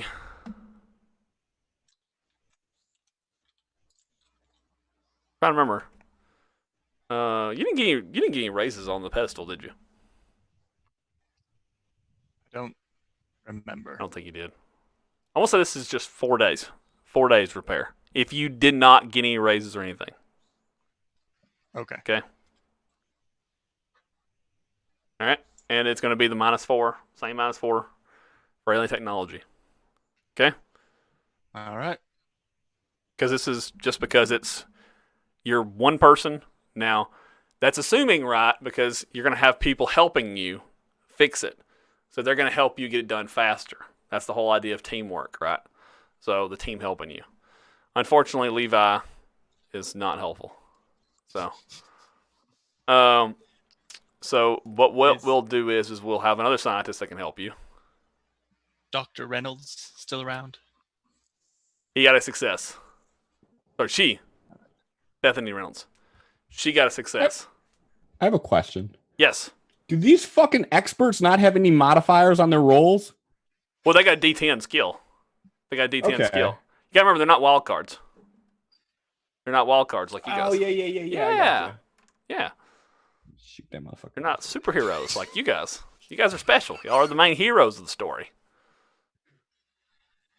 All right, Okay. so that's one advantage. Okay, so it's or +1. And yeah.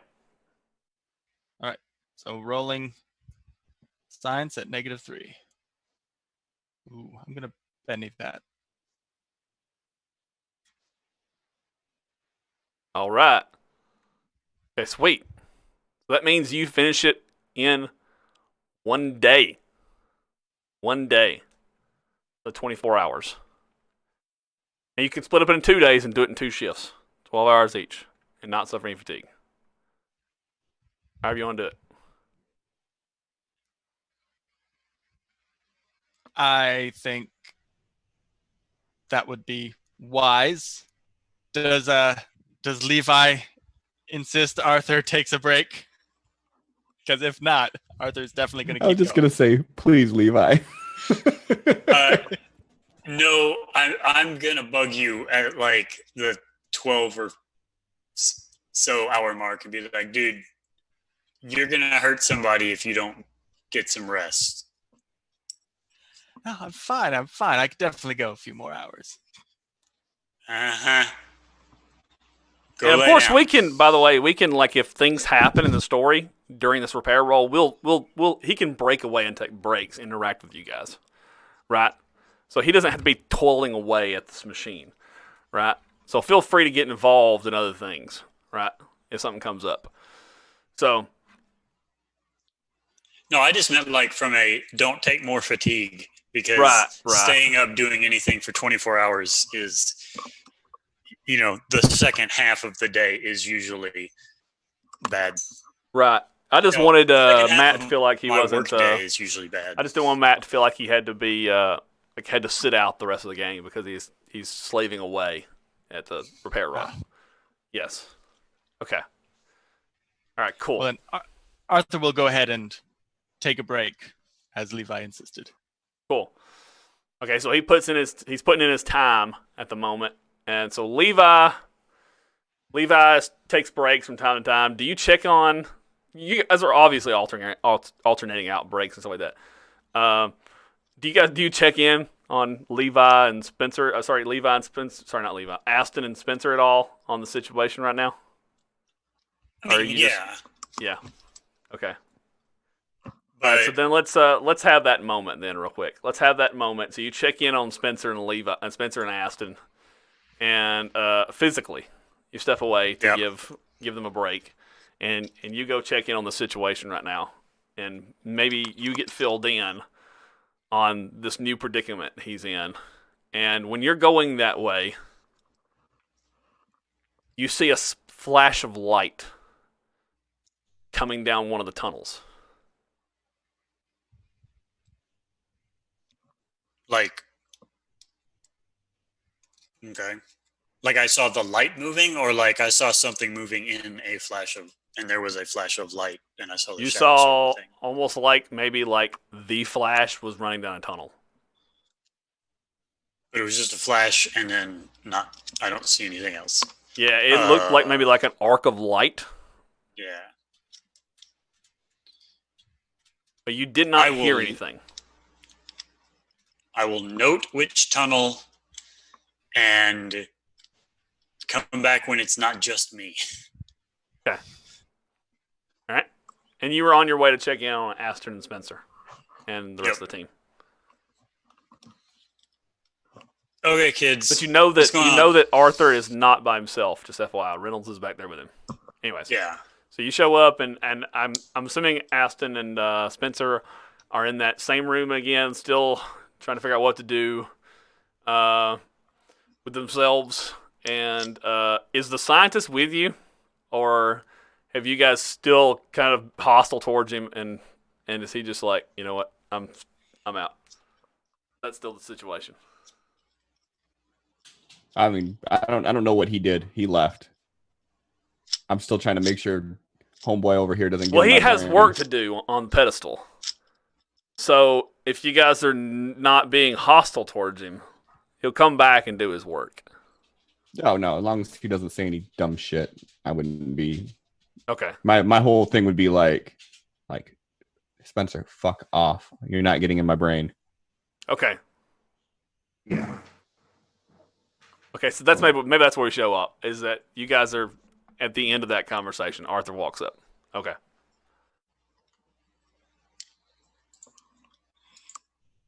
Or Levi I'm walks like, up. Arthur. So who won't play well with the other? Again, guys, what's up? Like, God damn it. There's something wrong with his brain. We need to at least. What else is new? Do you really want to let him on the ship with all the weird shit we've been dealing with lately and we don't know what's going on? Turn to Aston. So what is going on? So, Dr. Prince over here told me to stand on the dais over on the ground, and he said that it was going to send me information. There was a flash of blue, and this face appeared. I got a splitting headache. I can taste metal in my mouth, and I started understanding what the tribesmen were saying. That's helpful. And now Spencer thinks it'd be a good idea to go rooting around in my brain after whatever the fuck that was just happened. So he can... I don't know. I can't see it being anything good. Yeah. So, like, just to put this in context, Levi, do you have psychic abilities? Don't think so. Okay. Arthur, do you have psychic abilities? Do I have something what? Will you stop bothering Arthur? He's working. I mean, if we could get back to the ship, I could do some scans on his brain and see what's going on, but...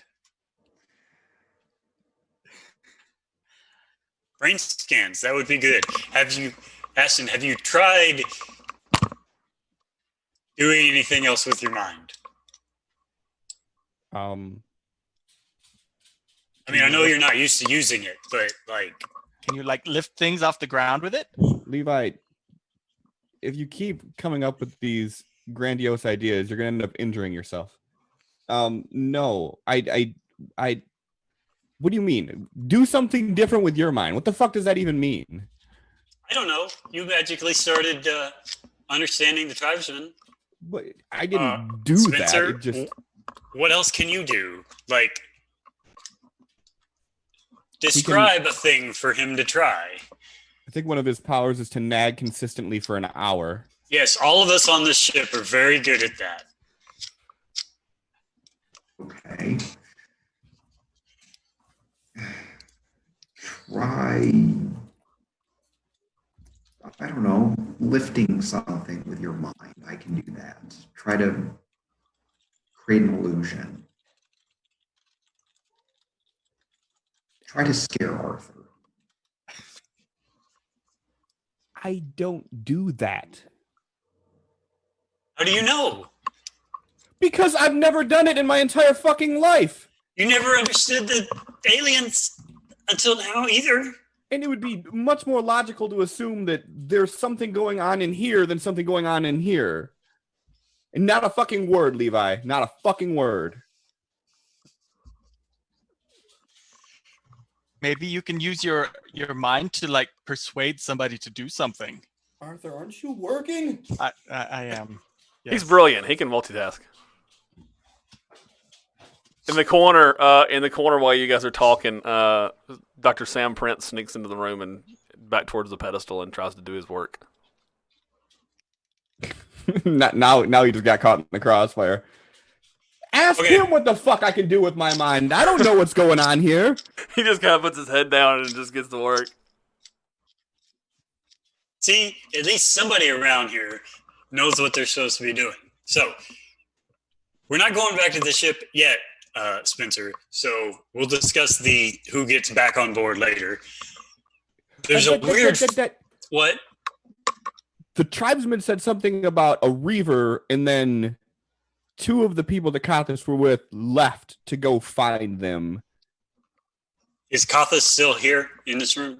Yes. There was a flash 3 hallways down when I was walking over here. Did not investigate. Was it the western hallway? That's where I saw that electrical signal. Nope. It was this other one. Just name it. Just name one. Yeah, I don't care. We don't have a map. Just name it.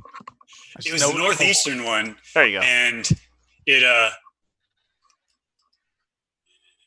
was just a weird flash. Seemed like the flash was moving. I don't know. But point is, you're right. We'll have to deal with both of these things. So if you don't want to deal with the brain thing, let's go deal with the flashy, where the other 2 alien things go, and other alien things.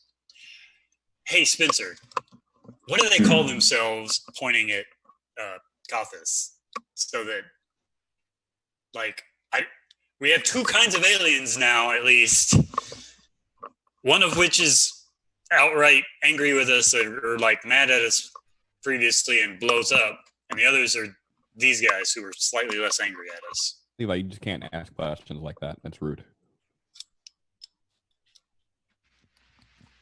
I don't care.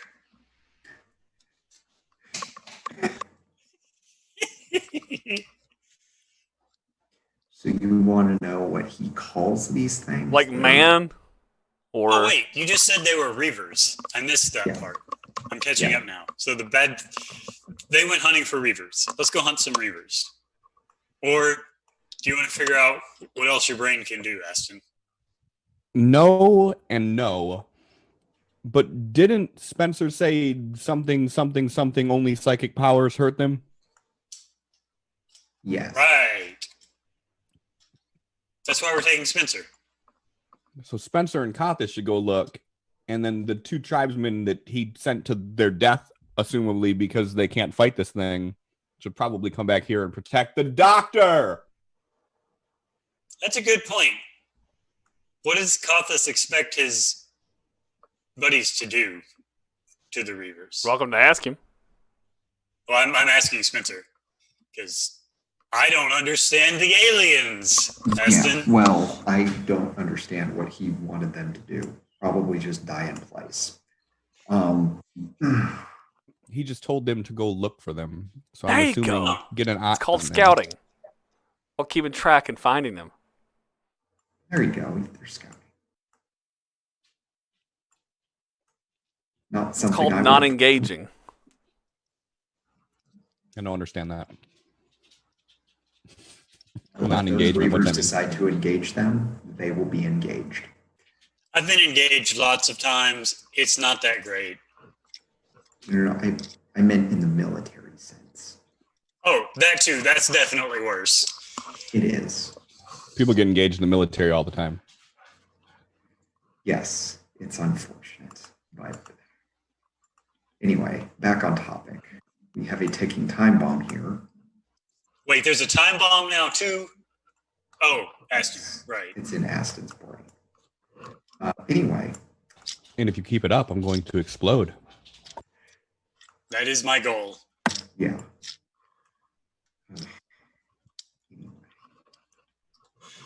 So what's the plan, Levi? Oh, I know what the plan is. I will rummage around in the backpack until I find where equipment, mundane. Let's pull out the small sensor suite that is attuned to the psychic alien waves from before. Okay.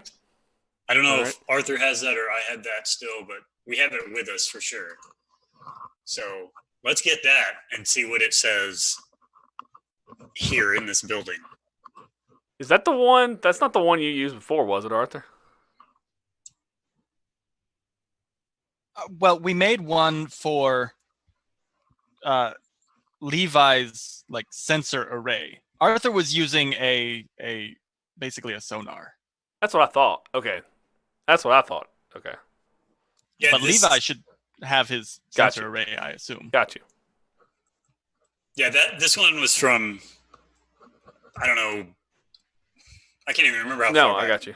It may even be from the, no, it wasn't the bugs at the very beginning. It was the- an alien the- thing. The ships in space that were damaged, Yeah, Yeah. looking for zombies. yeah. All right. Cool. Okay. All right, sweet. So you Levi's got his handheld sensor out, and so you guys are heading on out. Okay. So to look to hunt for reavers, and who's all Scouting. going? Who's all Scouting. going? Oh, scouting. Okay, so we're scouting. Is this a non-engaged scouting? Yes. Okay. No engagements, no rings, no Gotcha. fingers. Got you. Okay. So so do we have a marching order? Like who's leading this? Because this is a weird. I know we don't normally do this, but this is sort of a dungeon. So I would guess me first. Shouldn't you let one of the psychics lead the way? Okay. I'll just stand behind Levi. All right, 'Cause so I'm super Spencer, dumb. tell Kathis that we want to go look for whatever this Reaver thing is, and then we need him to guide us. Is Spencer still wounded? Yes.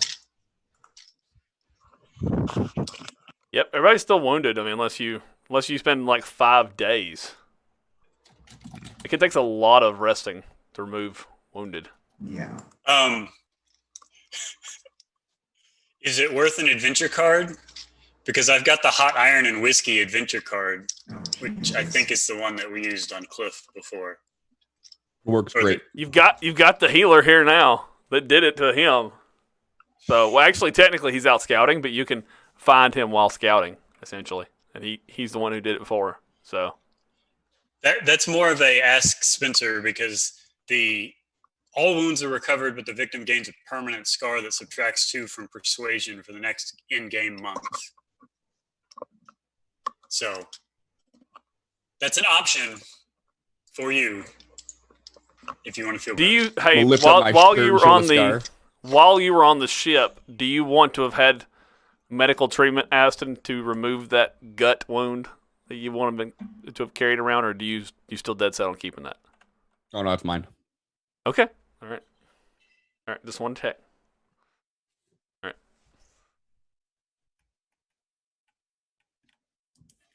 So Spencer, would you be interested in having the natives give you use that adventure card on you? As long as Aston said it actually worked. Yeah, it I'm works. gonna lift up my shirt and show him my scar. Works well. I look at Arthur. I'm like, do we have any painkillers? No, you're fine. That's what the whiskey's for. Yeah, you've been bugging us to drink it. I'm like, okay, I know Aston's got the good stuff. Yeah, I'll give you some as soon as we get back on the ship. Arthur has a healing kit. Yes, he does. Which I'm sure includes painkillers. Okay. So, we should okay, so probably Levi, let are you using your Arthur know. adventure cards? Adventure card? So you want me to, Shaun? Here, whoosh. Okay, so we have an adventure card used, everyone in chat. So, Nice. Wounds are gone. okay, so you said Levi is going first, right? The watch order on the formation. Yep. Okay, and who's taking up the rear and marching through the facility? Well, depending on if we're getting Kathis to go or not, I mean, Aston will take it to Kathis rear, will no matter go. what, I guess. Kathis will go because he knows that he can fight these things. Okay. I think he should be first, then Levi, then Spencer, and then Yeah, that makes sense. Aston will stay behind to make sure no one hurts Spencer. Even though he's the only one that can fight the ship. Wait, sorry. Kathis front, Levi after him, and then Aston was where? Aston dead last. Ah, so he's taking the 6. Okay. Mm-hmm. And then we got Spencer and Arthur in the middle somewhere. Oh, is Arthur coming? I was going to ask yeah, if that's right, happens after his if it happens after his shift. That's a good point. Do you guys want to like take breathers and wait till his shift at the end of the day, or do y'all want to go while he's working? Cool. Yeah, we had to take some time to heal with the adventure card and stuff too. Sure. So yeah.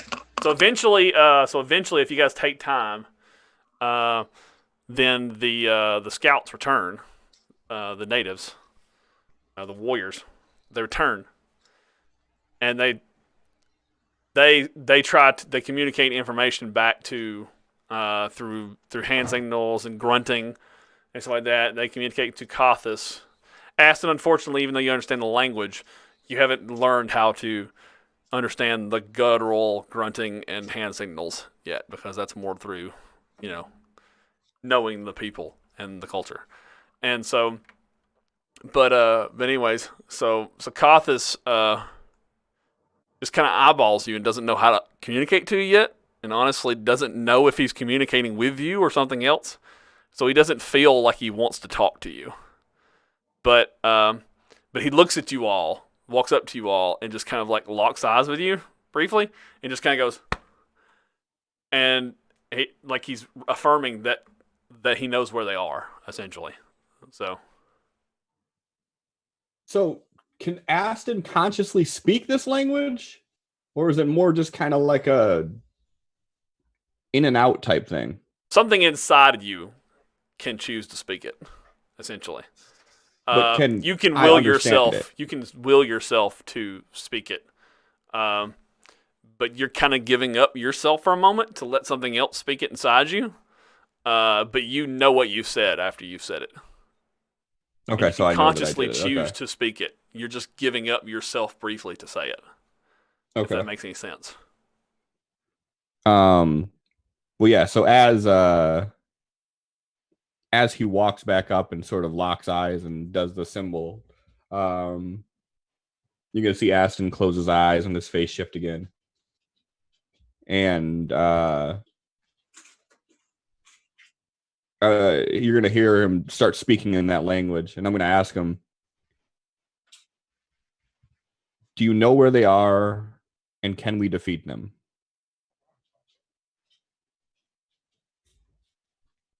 He says he's startled at first, still confused and rattled by what's happening, and it's obviously not Aston speaking,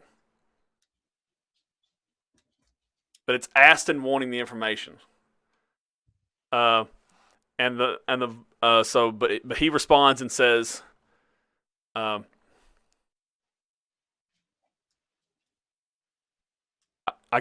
I wounded and killed some of them. Some of them must have fled. There are only a few here. We can handle it. So gesturing with my hands. We as in all of us, or we as in you?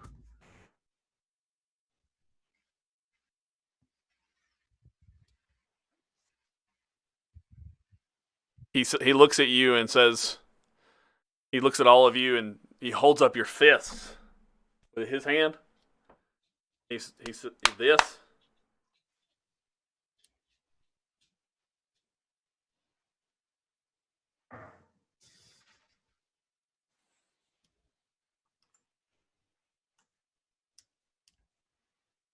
Yeah, and then If Arthur has snap already back met in. with them,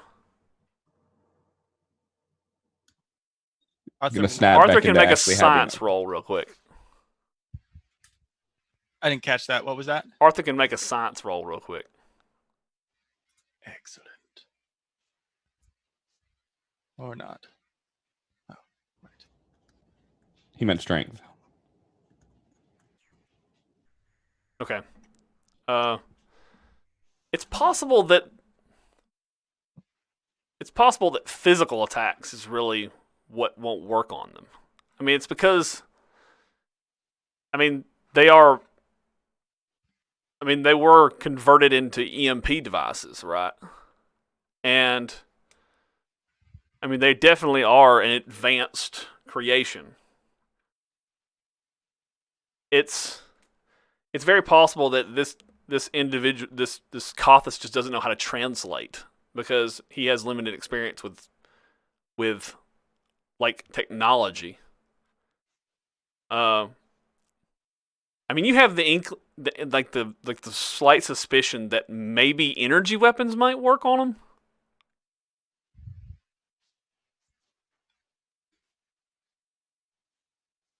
Okay. Arthur shares that with the group.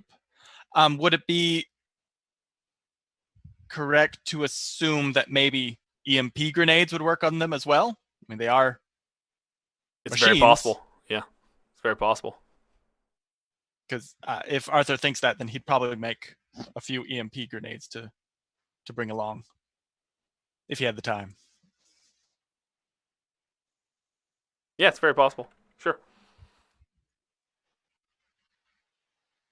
All right. Cordovon just redeemed a raise for the crew, so that gives us 2 total.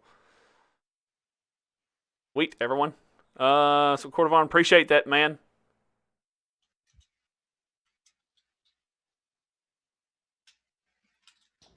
Get a raise on those EMPs.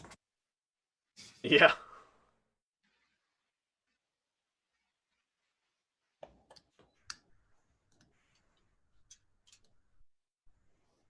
Wait, so we got 2 now? All right. Yeah, so he has a slight suspicion that energy weapons and of course your psychic abilities could do it. So who has energy weapons? I do. The laser pistol. I got one laser pistol. Aston. And we brought. But you got mind powers now. I don't have any mind powers until I get another advancement. Because all you get is the background. You should get the powers. You didn't take the arcane background, or you didn't like. I gave you an advancement at the beginning of the game. You didn't spend it on arcane background. The advancement gives me the background edge. You should get powers with it. Psionics. You should get powers with it. Does it? It doesn't say you do. Yeah, it says you get it just says 3 you get powers. The skill. Yeah, you get 3 powers with it. I mean, if you say so, you the boss. Yeah, you get 3 powers with it. I kept wondering why you hadn't added them. I just assumed you hadn't picked them yet. No, I thought that I had to wait until I actually got the add powers edge. No, you get 3 of your choice. Okay. But if you don't want to pick combat style powers, you could see if Shaun. They're not going to be combat for the most part. If Shaun has if he wants to share laser pistol, or if Levi wants to share a laser pistol, or if someone else has a laser pistol, like a scientist or something like that. I don't know. The combat rifle is not a laser rifle, right? No, it's an Okay. old-fashioned impact pistol. Yeah, so I've only got one because I've got a laser pistol and an automatic pistol.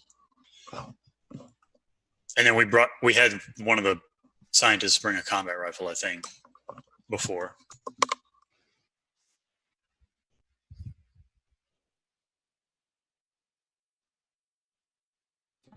I have a stunner pistol, which is technically an energy weapon. Yeah, you got the So- EMP grenades though too. Yeah.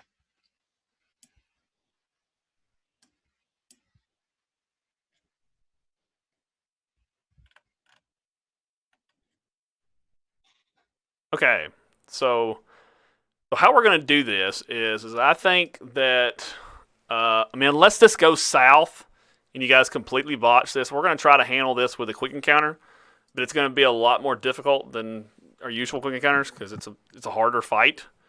But just because of the lateness of the evening, and I kind of want to move things along with the repairs of, Arthur's repairs and stuff like that. Then we're just going to handle it with a quick encounter, and unless you guys just ultimately really fail at it, maybe we can just resolve it and be done with it. Because if you guys fail, it could turn into a bigger problem, right? Because you guys could end up retreating, getting wounded, and falling back. Because then we might have to actually lead to a bigger encounter into, say, the DS room or something like that, and then it could be something larger. But anyways. So what we'll do is we'll go quick encounters, and you guys can each use the relevant skills that you kind of have at your disposal. Anyone who has energy weapons can use shooting or fighting if it's an energy melee weapon to kind of help in the fight. Anyone who has powers that are physical or combat oriented can use those to resolve it.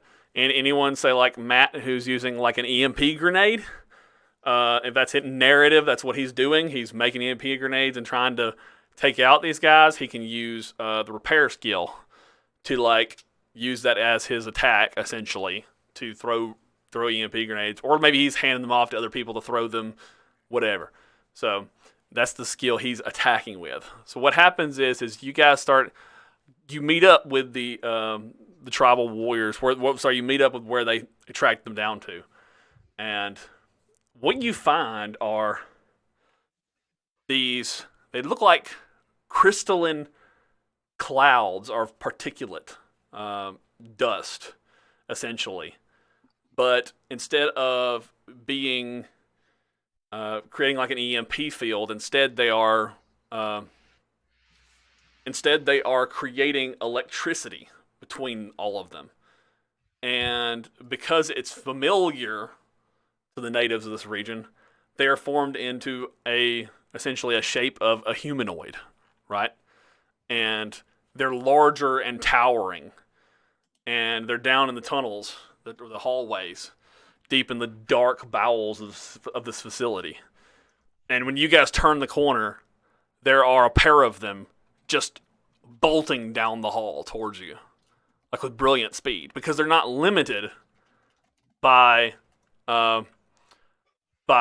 space and time, as it were. Because anywhere where this dust is, they can move through. The EMP field is outside, but there's still dust in here. There's still that particulate in here. And so they're zapping between particulates in the air.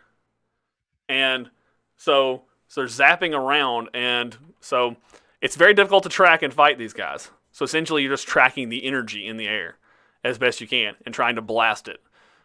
Which makes attacking them with weapons very difficult. Very difficult. So I want you guys to make your quick encounter rolls with a -2 penalty. So I want each of you to make the appropriate roll that you think your character is assisting with. And we need 4 successes. And remember, you got the raises. So if any of you are just not assisting or not helping in any way, don't forget those are there. So would I have to do a -2 penalty on a power that would assist someone else? You would be getting the -2 still, yes, because Yeah, because that's just applied to everybody who's helping the scene. Yes. Okay. Yeah.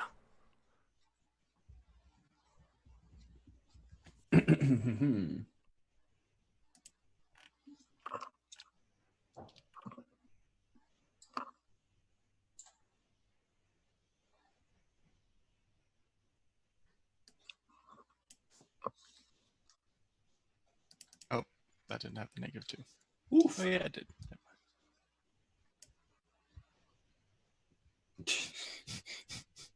We'll try this one more time. There we go. That's a little better. Nice. Interesting. And I have So an you're answer using narratively psychic. for this. You're using your psychic powers, and you pick boost lower trait. Interesting. Very cool. Which? Okay, so yeah, I'll talk to you more about boost lower trait later, and we'll figure out because you're really supposed to like define it a little more, as opposed to just picking the power and being done with it. Like you're supposed to talk about what are your power trappings, right? Right. If you haven't read more about trappings later, we'll talk No, about it. I know what it is. Yeah. Okay. I have a narrative explanation for this. Okay, gotcha. Okay, then after we go through everybody's thing about it, then you can kind of describe to me what that is. Okay, Sure. so we got Spencer Sonics. Is that your Sonics roll at the top there? No, that's Yeah. The 9. Okay. Yeah. So this 9. Okay, so you got 7 then. Shooting -2 is 8. Nice. Okay, so we got a raise and a raise.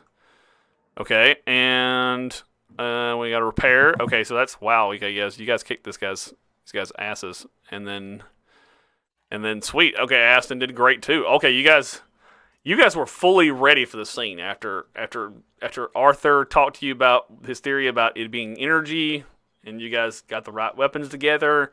You felt pretty confident getting together for this one, right?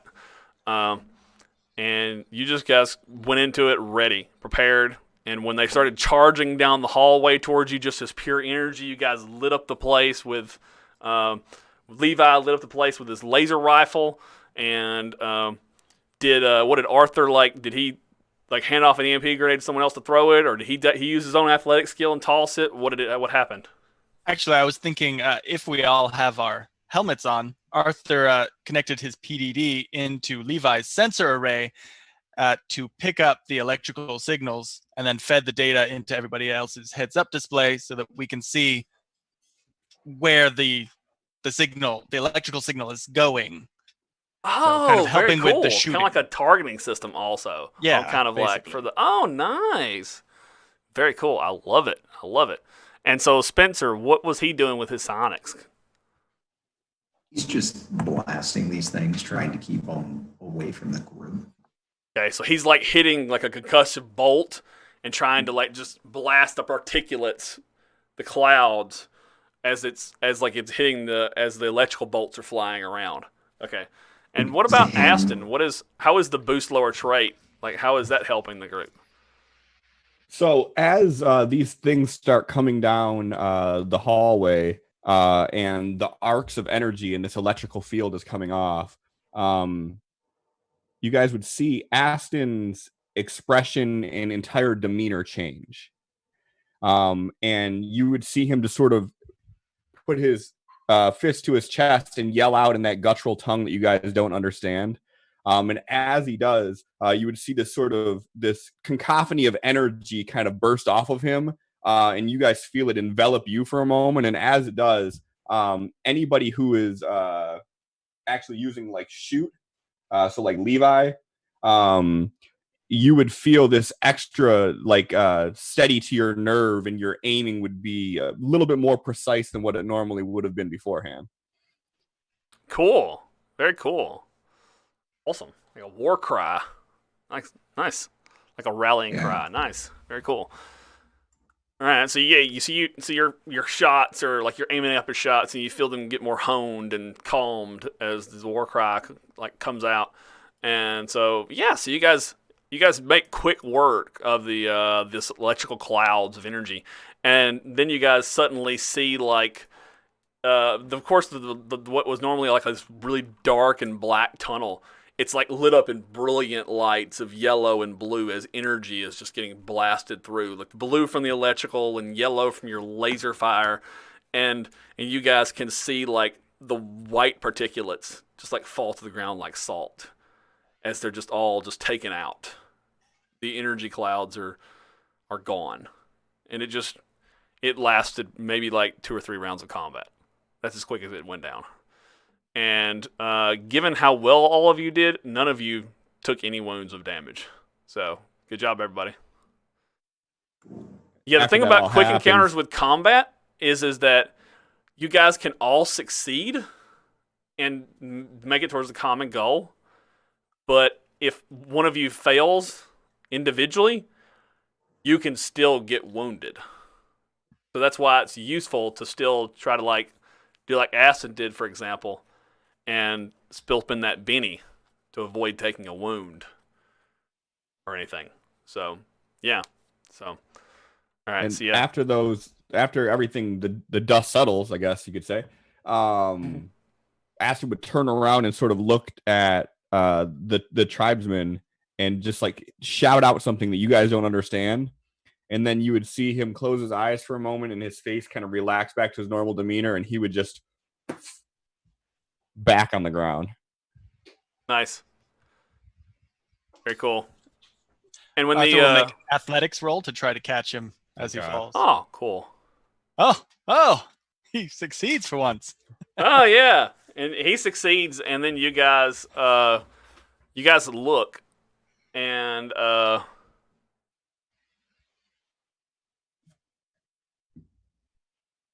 so you catch him as he falls back to the ground. And Spencer, though, you look around and you see that Kothis, though, has apparently the cloud of energy, the Reavers, like ripped through him, though, and wounded him as it like ripped through the scene and wounded Kothis. How badly is he hurt? He suffered 1 wound. Oh, wait, no, it says D4 wounds. No, it's just 1 wound, unless you get a critical failure. So he's got 1 wound. Okay. So he's just kind of on his knees right now, catching his breath. So Okay.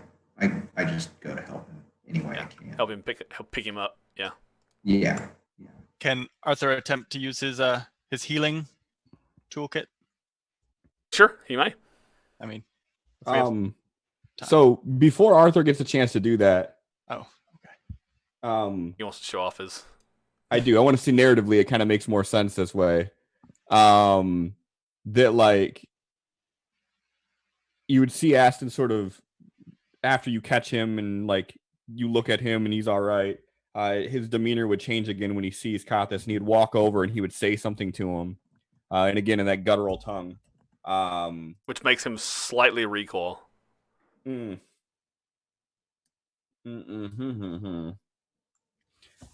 He's like, I can't fail on my first day as a psychic character. And he'd put his hand on his shoulder and say something to him that again you guys don't understand. But basically, he's just gonna say, you know, you did well. I'm still watching.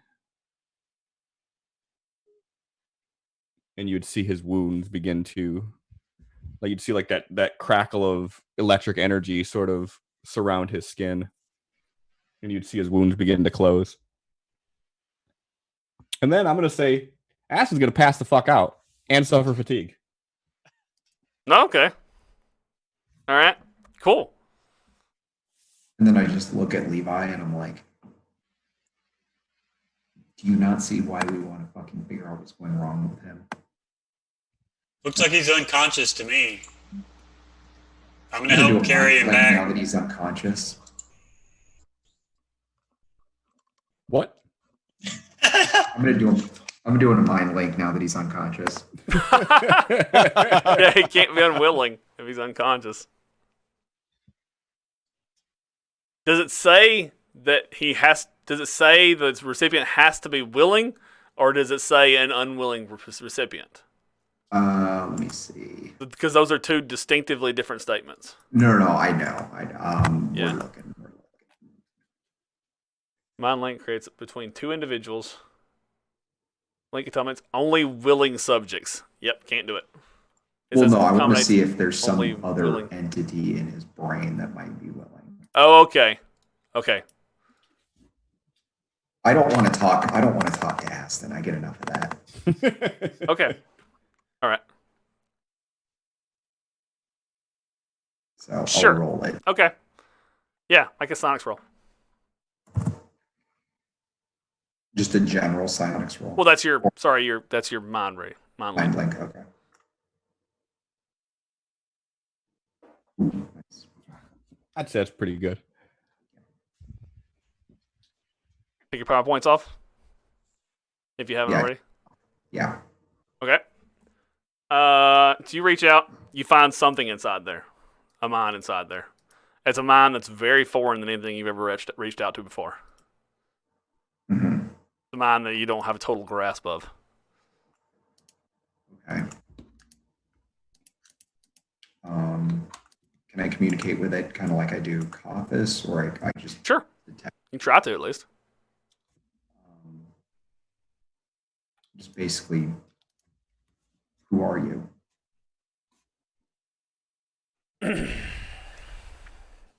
I am ex-gone. Okay. I am the last surviving scientist of this facility.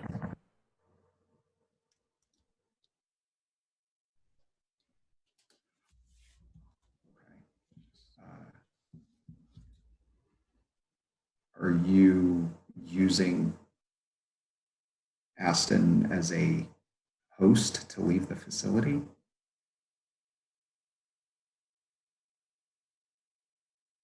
Or was this an accident? How are you two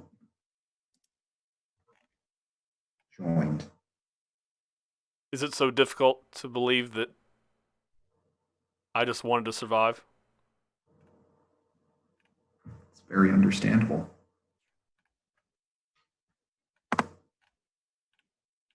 Are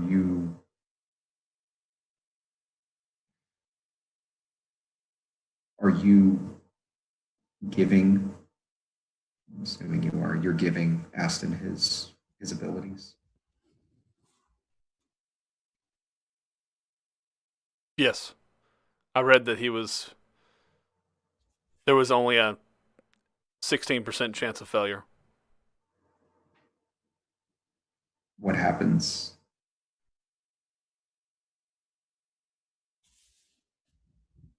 Have you ever done this before? In this way? No.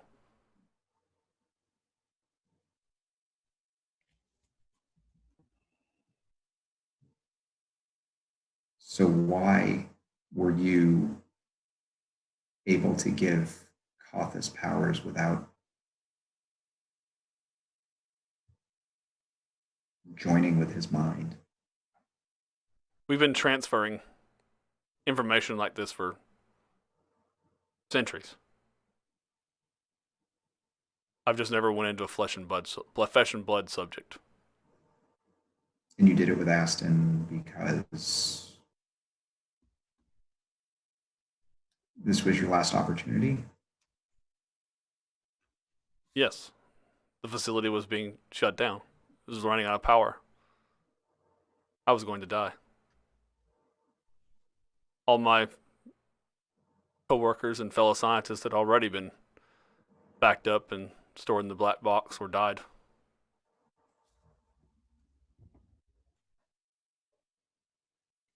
Is there any way that you can leave Aston's body? Mind?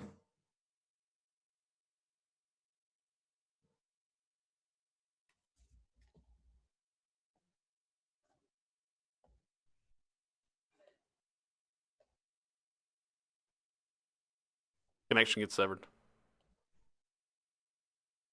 Spencer, what the Suddenly, fuck are you suddenly doing? becomes unwilling.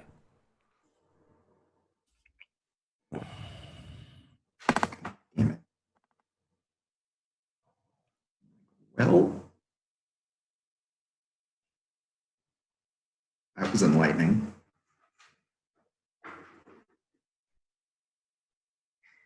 Levi,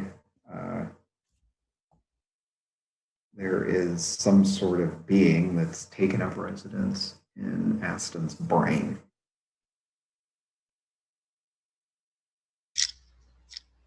and I don't think he wants to leave.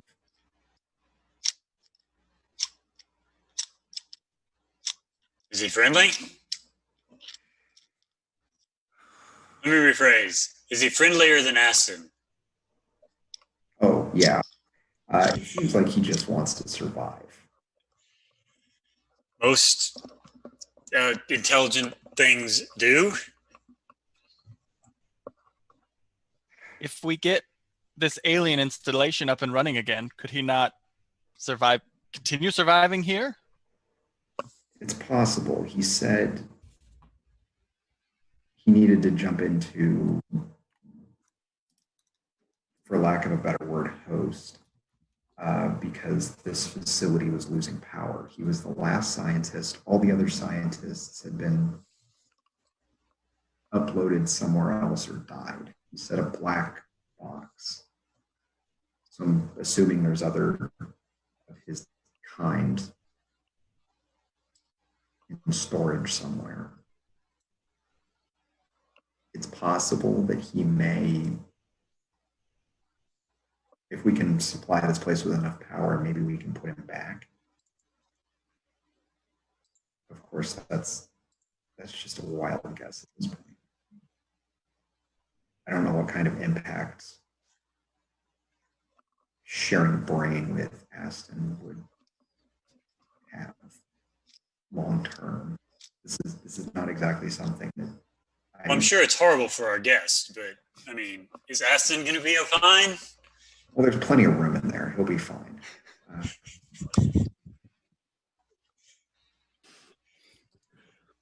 It's just, I'm more worried about his health than his sanity. Agreed. Is this entity thinking this is a long-term solution? I asked him if there was any way to get him out, and he severed the connection. So it seemed like, as of right now, he's amenable to leaving.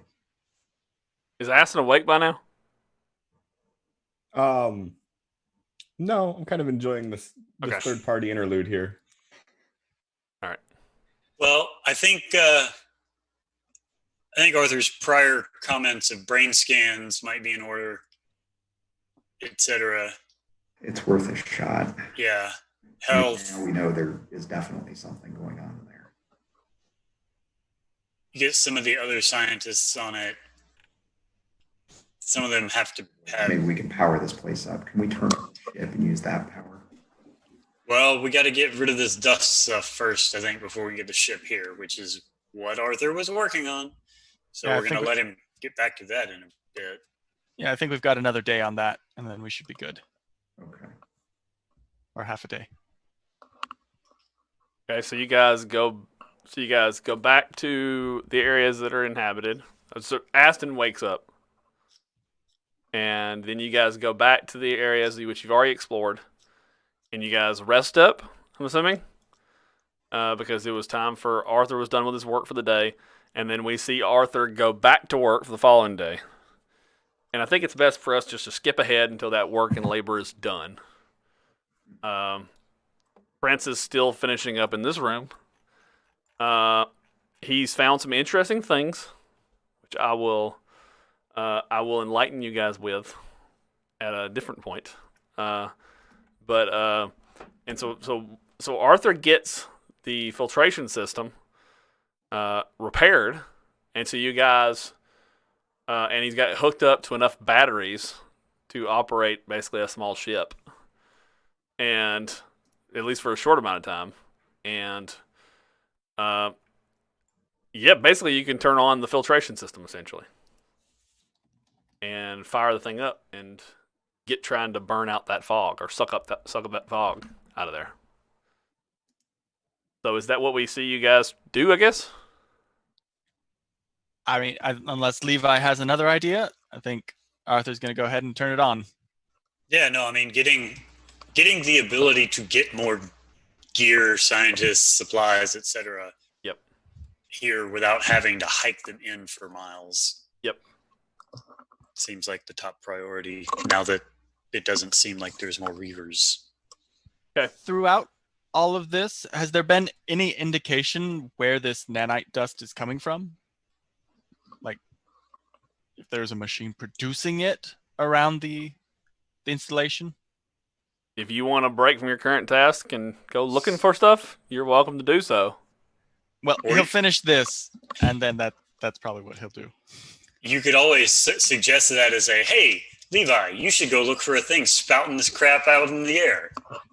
Well, he'll mention, this stuff has got to be coming from somewhere. We should probably find it before we get the ship sure. here and get the ship stuck or destroyed.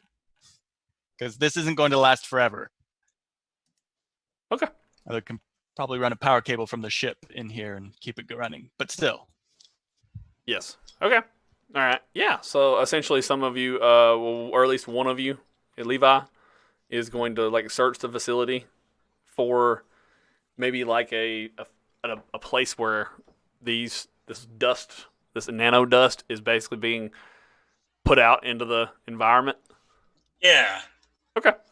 All right. So that would probably be, I guess, if you're trying to do it in what way? Which way are you searching the facility? Just notice rolls, just walking around. I think I'd do twofold. Like, Arthur had a sonar thingy. Basically, just want to walk around in a very systematic, make a map of the thing, of the base, and just write down, I found this here, I found that there, sort of a thing. Yeah. Okay. And then, So of course, you'll have to recognize the object when you get there. So that would be repair, probably, I would think. Repair? Cool. I mean, I think repair would probably be the most appropriate skill, I would think, you know? And they're all basically the same. Is it with the -4 since it's the alien thing? Yeah, unfortunately. I would say since this is probably -4 would probably be appropriate, yeah. Well, let's... I mean, you could just, since your sonar mapping, you could just plot out, like, large things you find. I mean, just... You know, like to bring somebody back later and be like, I don't know what it is, but here's a thing. Yeah.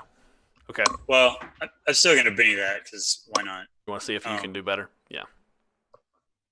Well, see, that's why we Benny things. Okay. Make it a raise.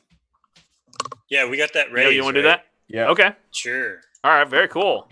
So with the raise, then you're able to ascertain that you specifically know, like just based on.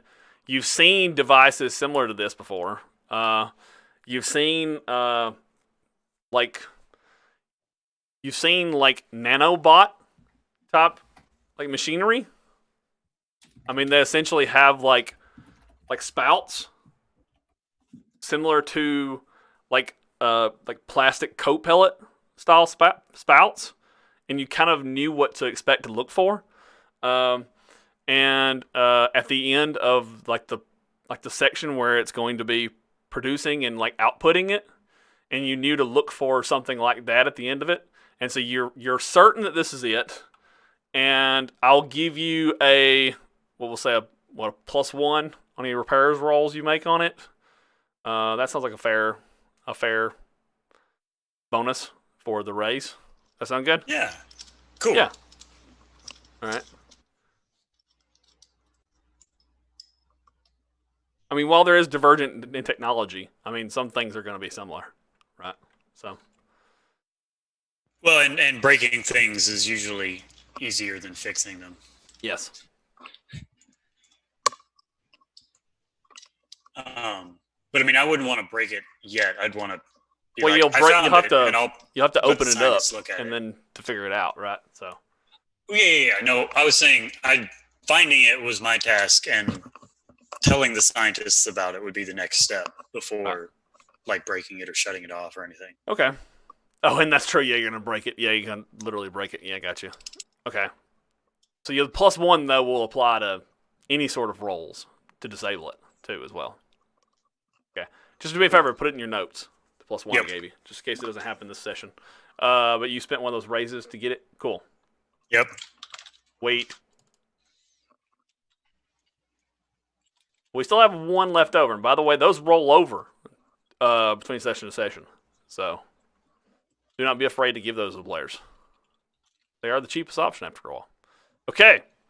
Now, let's see, you did that, and so we're gonna do this to a time skip to where you guys got the filtration system operating, turned on, and you guys are gonna get it pumping air, pumping all the fog and the mist inside. We're gonna say it takes 11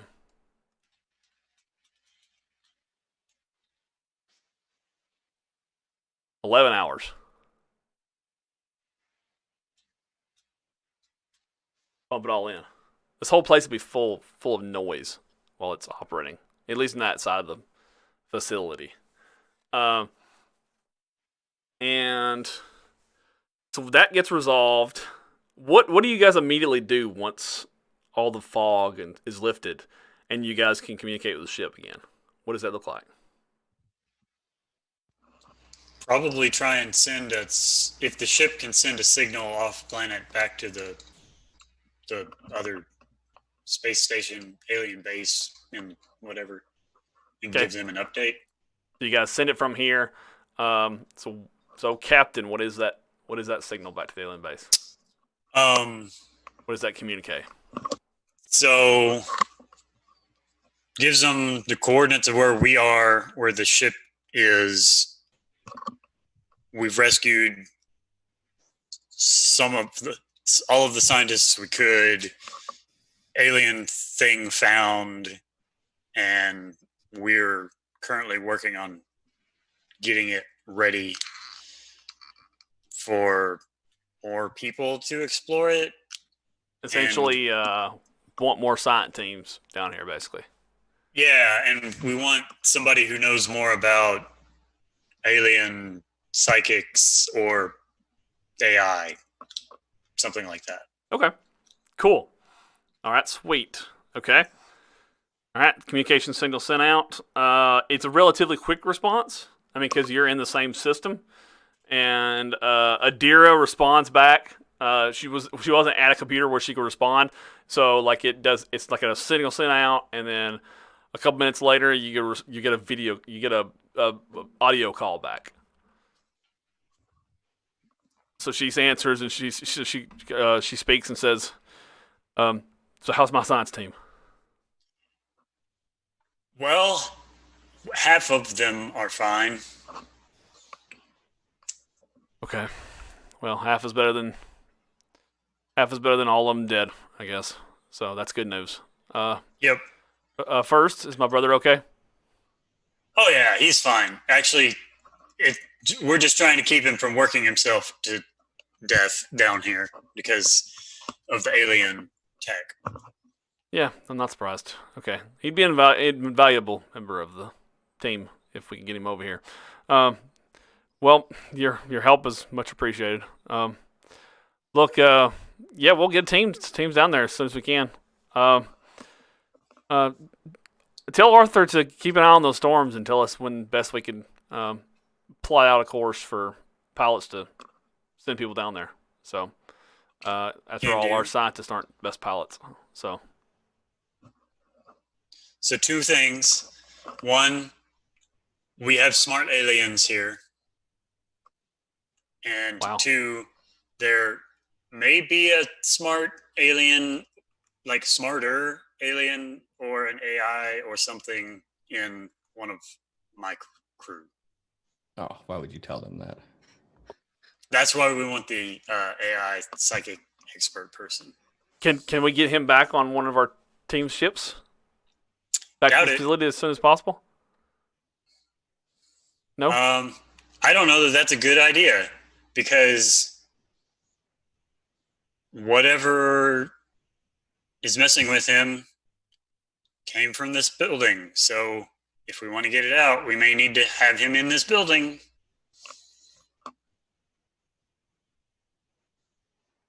That kind of thing. I don't know. I'll talk to Arthur, see if he has any opinions on it. He's more the nothing against you, Levi, but he's more the science expert. So. Yep. All right. Okay. Well, hey, I appreciate you and your team's help immensely. So, we'll get teams down there as soon as we can, and yeah, once again, appreciate it. Glad we could help. All right. And then kills the call, and then Arthur, you get a call. Hello? His sister answers, and she says, "Please tell me you're okay." Yeah, I'm fine. It's pretty awesome down here. You should get down here. She says, "Well, I have a base to run, but send me pictures and video." That's true. You already have your own alien base. It's like we're overrun with alien bases. Don't make it sound like that. I mean, but she says, "But look, Levi tells me though you're trying to work yourself to death. Don't do that, okay?" Things need to be done. Look, Astra Unum has got this place for like this jump cannon for like a decade, okay? Like sole proprietary ownership for like a decade. We got all the time in the world, okay? Well, okay. I will try not to work too hard. Okay, all right. But listen, look, I heard about one of your team has got one of those aliens maybe up inside his noggin. Yes, somehow it got transferred into his brain. I haven't had a chance to do any scans yet. Well, you know we probably got the best facilities for that. So, look, see if you can try to convince. She actually Levi didn't give the name. See if you can try to convince your teammate to come down to our research station. Okay, you know we got the best facilities for it. Well, I mean, the alien doesn't seem hostile. It said it was just trying to survive. But is it wise to bring an alien onto its own functional space station? I mean, we don't know what these things can do. Again, doesn't seem hostile, just trying to survive. My hope is I can get the power up and running at this base. Since where are you the it will cautious be- one when science is involved? We're talking about breakthroughs here, Arthur. True. I mean, I kind of want to take a look at him too. But I mean, again, if he takes control of the space station, then we'll probably have to leave. And that means no more research. Fine. Okay. Then I mean, it looks don't you have like mobile? then it mobile looks like teams? then your job will be leaving your current fancy space station and not coming back to our fancy alien space station and observing your friend. Do you want to get stuck doing that? Well, Mr. I I would want to like play to it cautious. I would like to check this station out a little bit more and get it up and running. We've got lots of scientists to do that. Oh, that's true. You're the one that want to play the cautious card. Well, Evil 1992, thank you for the raise. But go ahead, Arthur. I will. I'll see what I can do. I don't know that it's a good idea to take him elsewhere, but I mean, I do see what you're saying, and I would like to do some scans first, definitely. So, I mean, we have a medical facility here. We should be able to scan his brain, assuming he's cooperative. All right. Are you coming down?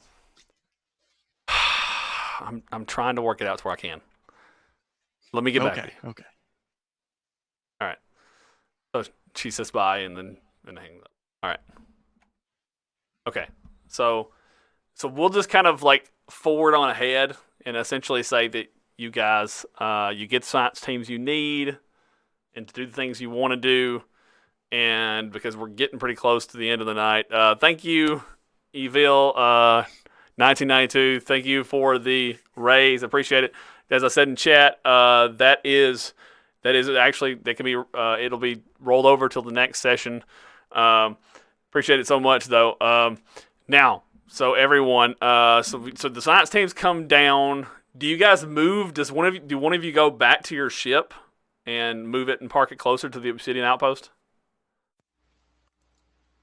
Once we've got a situation where we know there's not more particles than the filter can handle, etc., like it's safe. Yeah, I mean, you guys feel yeah. confident that you're basically winning, as far as that goes. Yeah. then yes, most definitely. Yes, I want that to is sleep on case. the ship, not on the floor. Got it. Okay, then that's what we get. Okay, that's the situation. All right, sweet. Okay, and okay. Do any of you I can't talk. Do any of you have any other interactions you want to have while while in the Obsidian Outpost? But specific interactions, because if not, I kind of want to hand wave some things as we're kind of moving things along.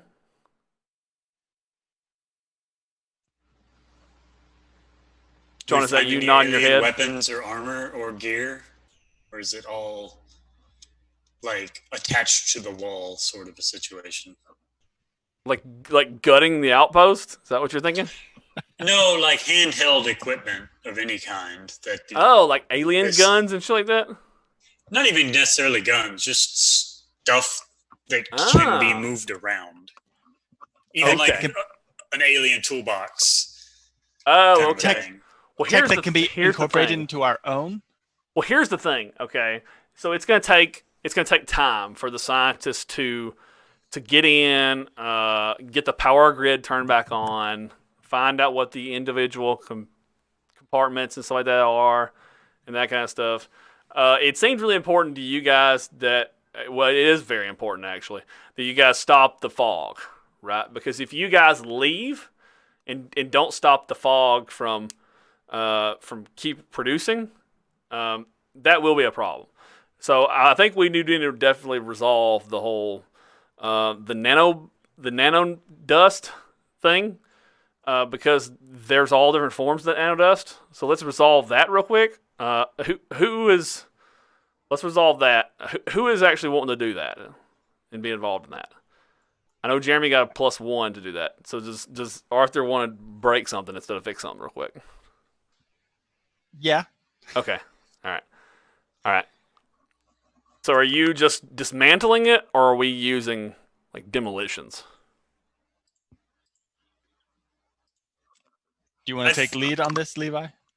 I can. I mean, you're better at it, but like, I'm of the mind of like strip it and video it as we're doing it and be like, this part came off here. I'm going to set it there. Take this thing off, so that if it'll come apart at all, with the backup plan of, oh, well, I couldn't get this off and it's still working. I'm just going to smash it with a hammer now as the last resort.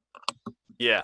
Okay. Then I think the repair skill is definitely the way to go about doing it. So you guys can make a repair skill for me. I'll say that if you're just dismantling the whole thing, then it's going to be a repair at -2, because you're just dismantling it not with the goal.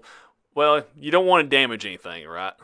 So I'll say it's -3, I guess. I know I don't normally do those odd numbers, but I would say Arthur would attempt, if he can, to whatever extent he may, reverse engineer this nanite dust creation process to see if he can replicate it later.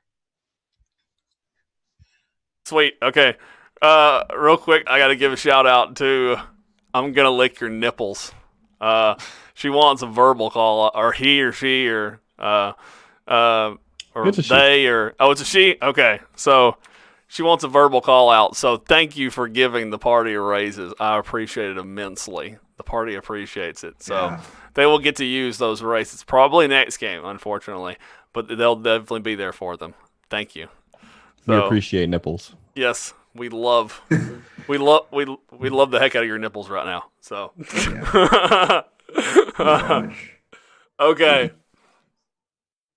that's what'll hurt me on YouTube. That comment. Anyways, but nice. Okay. Now, Matt, you still want to dismantle it, but what was your intention again? Sorry. Reverse engineer the process. Figure out. You want to know. You kind of want to take it apart, but you also want to like remember how you're taking it apart, so you can kind of like, if you have to, put it back together again. Right? Got it. Okay. I still think that's a -3. Right? Yeah. So, but remember, okay, so who's taking the lead on it?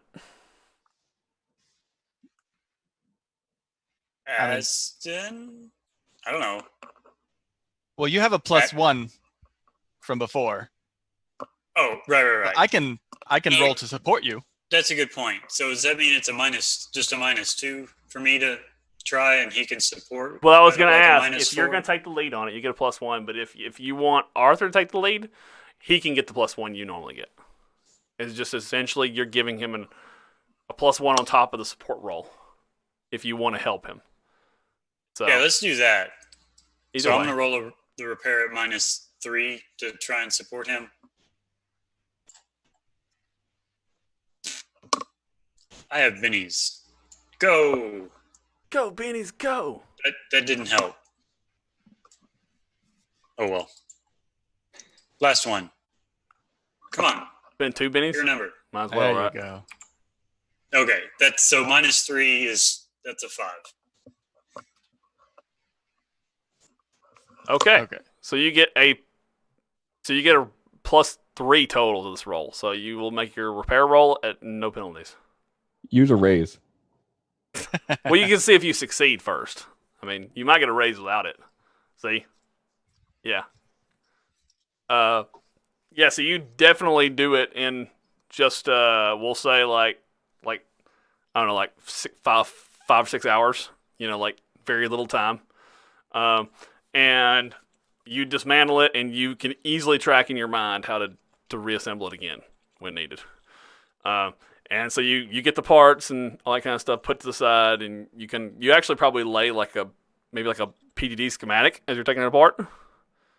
And so but you've got, and also you have like disassembled small particulates, right? That were already in there, and and so that's what you guys did get. So now you don't have to worry about any more of these things getting out in the air. So, and you guys can shut off the larger filtration system, and now we can go back to where we were talking about, like you guys kind of like we was hand waving through some things, and so we hand waved through the scientists getting there, the ship getting pulled closer, you guys being able to sleep on the ship, science team showing up. Yeah,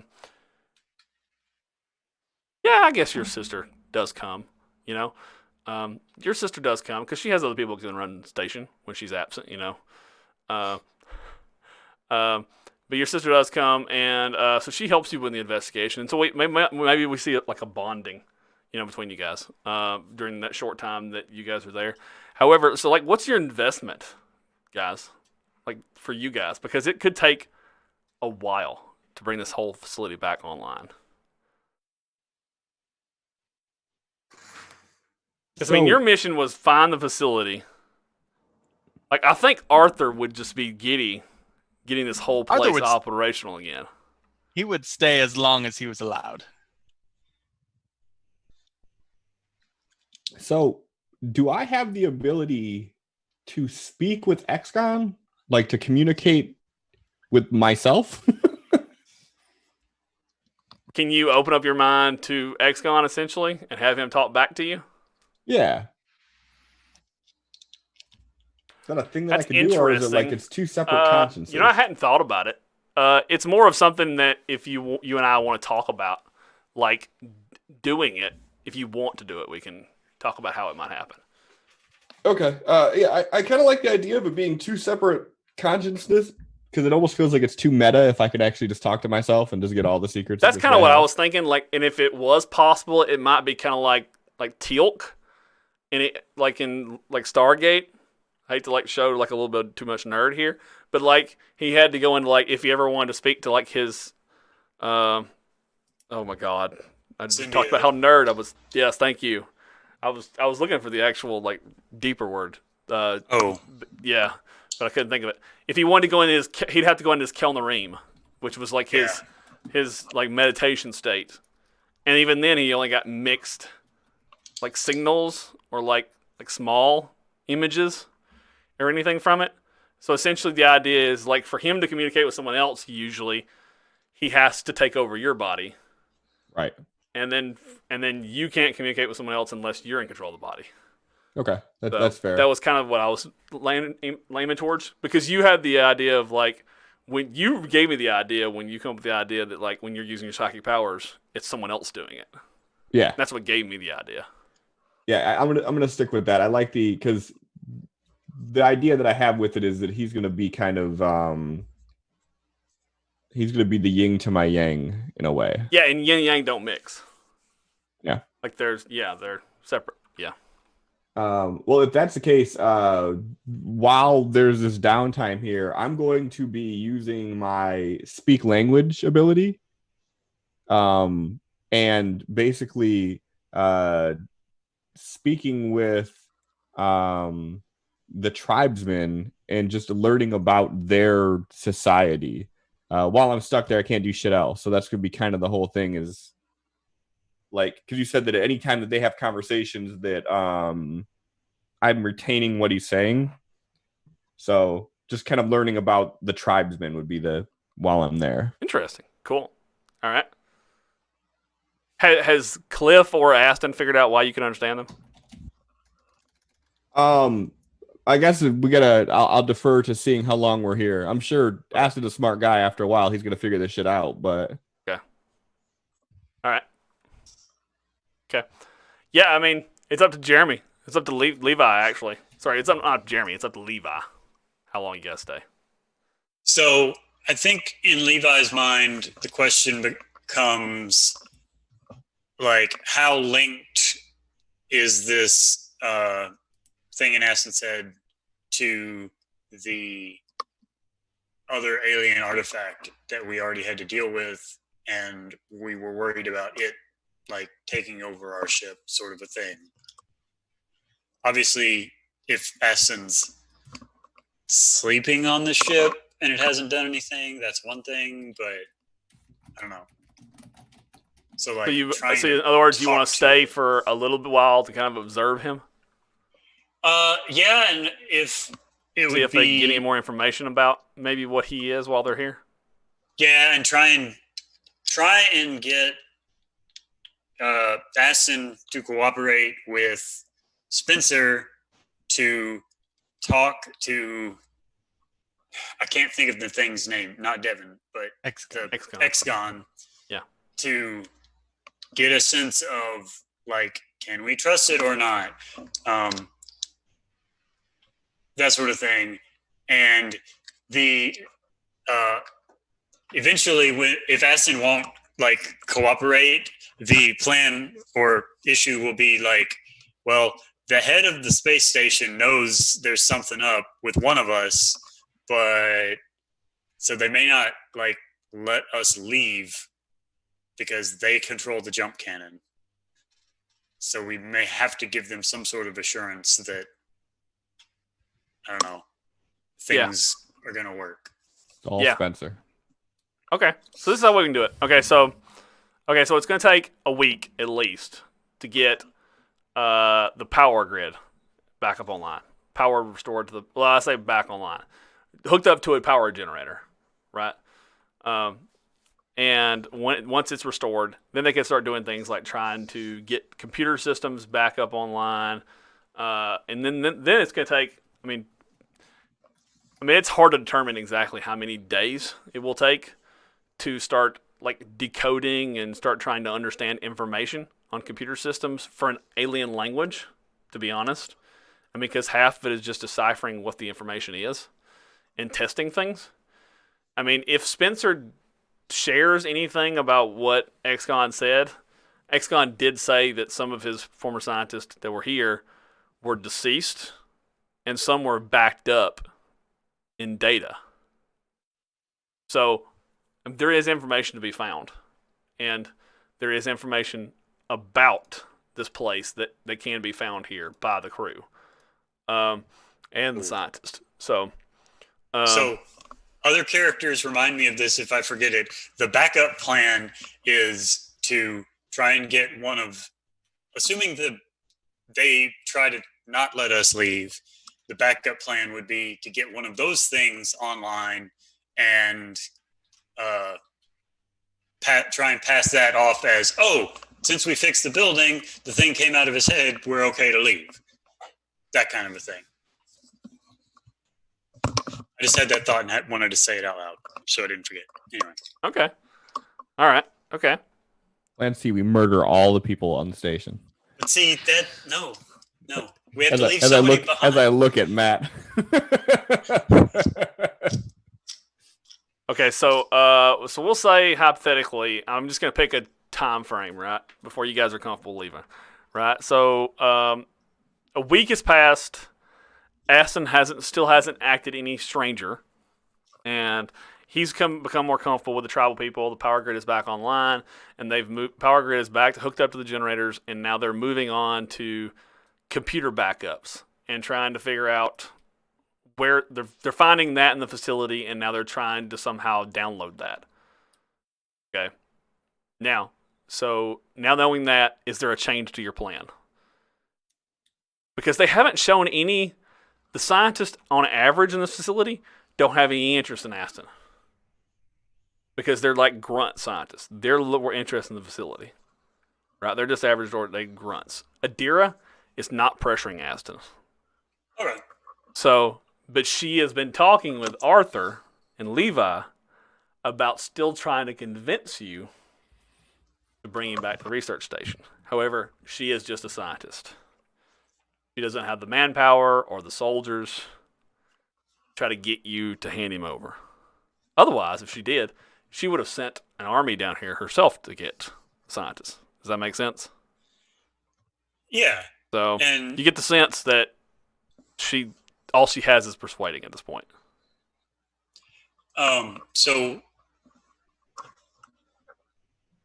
would Aston have let Arthur brain scan, like CAT scan sort of On the spaceship, stuff? on the Griffin Explorer?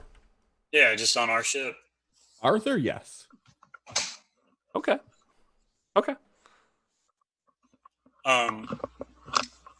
Would you have, and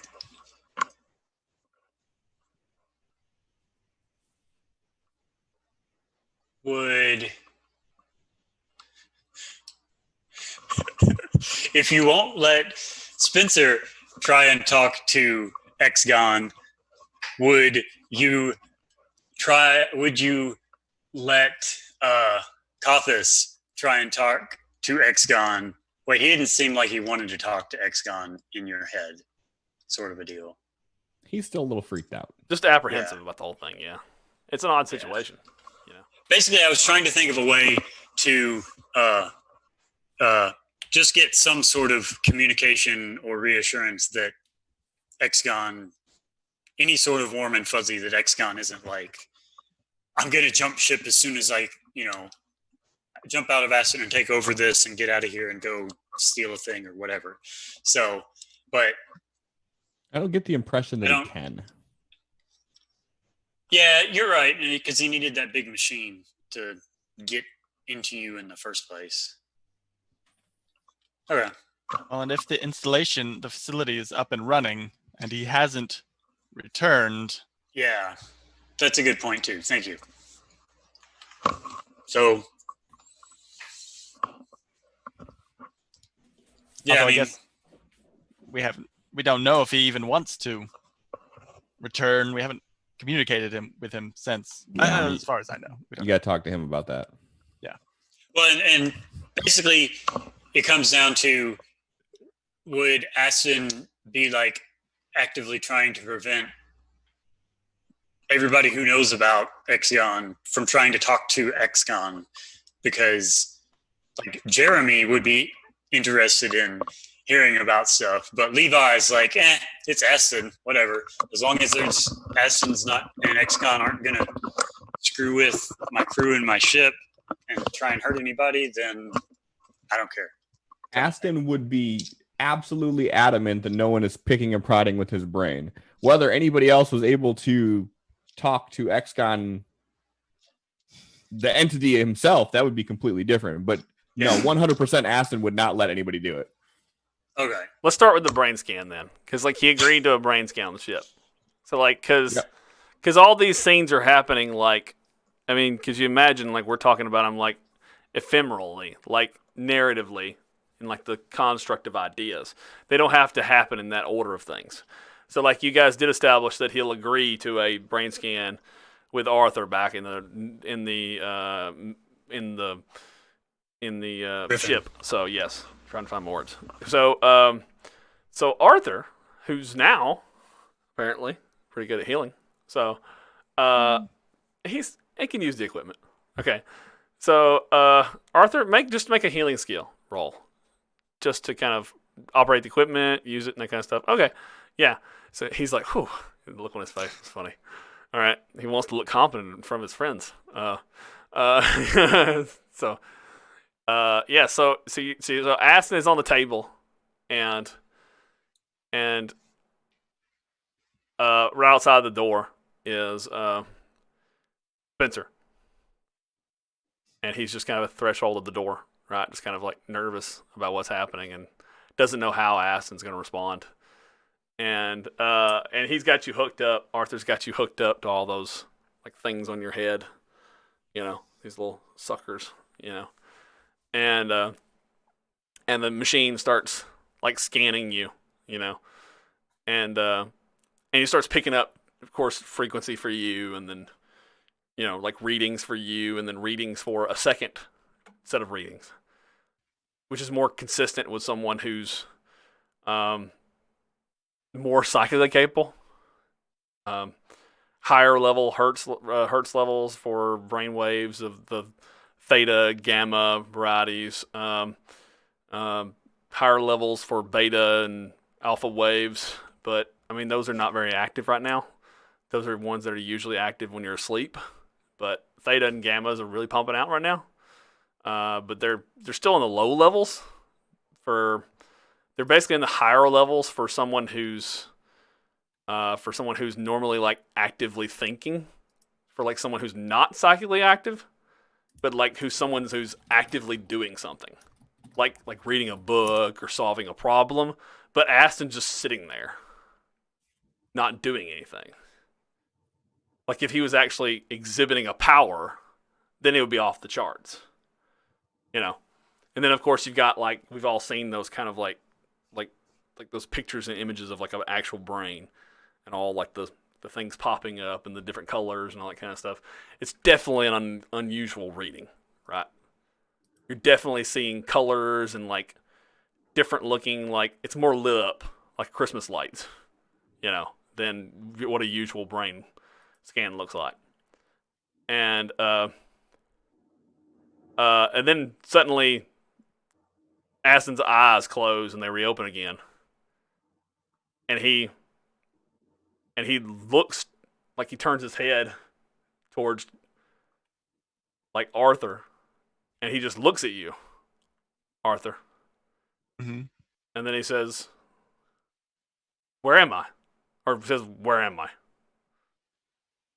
You're on the ship. Are the readings different than they were a moment ago? I'm wondering if Arthur would notice. It looks like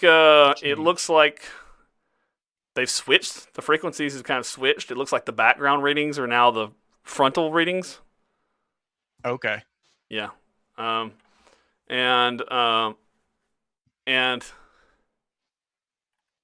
he says, "Are we in system SVN 20179?" I don't know what system that is. We are still near the alien facility. Although, if these readings are correct, am I speaking to Exgon right now? Looks around. So primitive. Well, we do our best. Maybe you can help. No. Too primitive. It would be unwise. So, I am are Exgon. you? What was that? Sorry. I am Exgon. My name is Arthur. It's nice to meet you.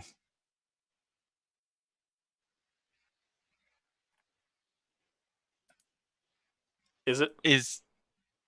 Well, I'm not certain yet. I'm certainly interested in you.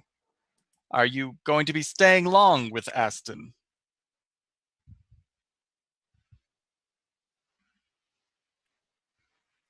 He just kind of looks away from you and closes his eyes, and Aston comes back. The readings change. Welcome back, Aston. Just had a short conversation with Exgon. How are you feeling? Spencer, at this point, you heard Exgon, and then you kind of, your interest peaked, and you kind of start coming in the medical bay at this point.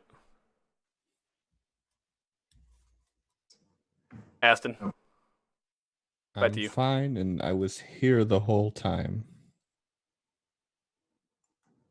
You remembered our exchange just now? Yes, Oh. but it's almost as if I'm watching it from a third-person view.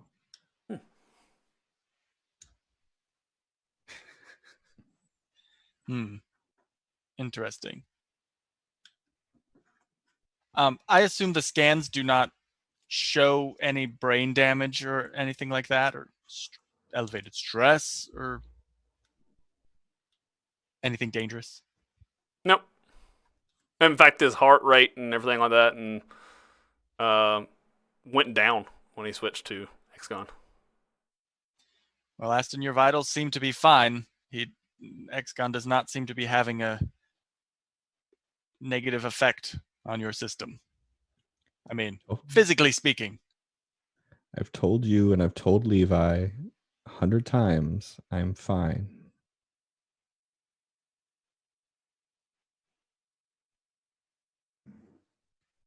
Okay, well, I think I'm done with the scan. Aston, you look up and you see Spencer come into the doorway when he heard talk about Exgon. Comments about it. Interest peaked when he heard Arthur say that Exgon came out to play briefly, and then Aston kind of locks eyes with Spencer, and we see the same scene play out earlier at the beginning of the session. Your eyes close again as Arthur kind of goes back to his medical work, and his eyes close again, and he just kind of like looks around and scans the scene again as Exgon, and then he locks eyes with Spencer, and then we see that same brief mental exchange between the two, and his eyes kind of narrow and kind of glare at Spencer, and he kind of sends that signal out, that like pulse, or that kind of almost like humming, like throbbing, warbling sensation out to Spencer, and then it immediately cuts off as Aston gains control again, and the eyes snap back open. Spencer kind of bounced back. It's clear Aston is the most dominant mind. Don't you fucking forget that.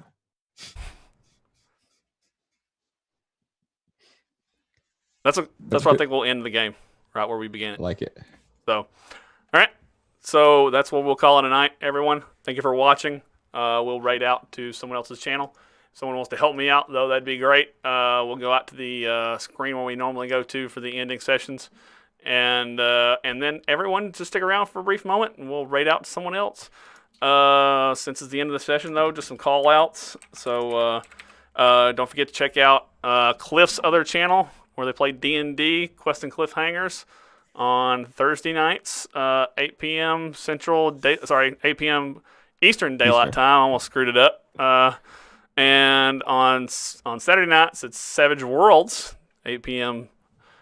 Eastern Daylight Time. Wonderful stuff. Fancy Grounds College, thank you so much for joining us. We're about to raid out. And also check out Matt Gorkum's art. Wonderful stuff he's got over there. So stick around with us just for a brief moment, and we'll go see who else is playing. So, all right, bye. Mad Birdman Streams. That's who we'll go to then. Mad Bird Streams.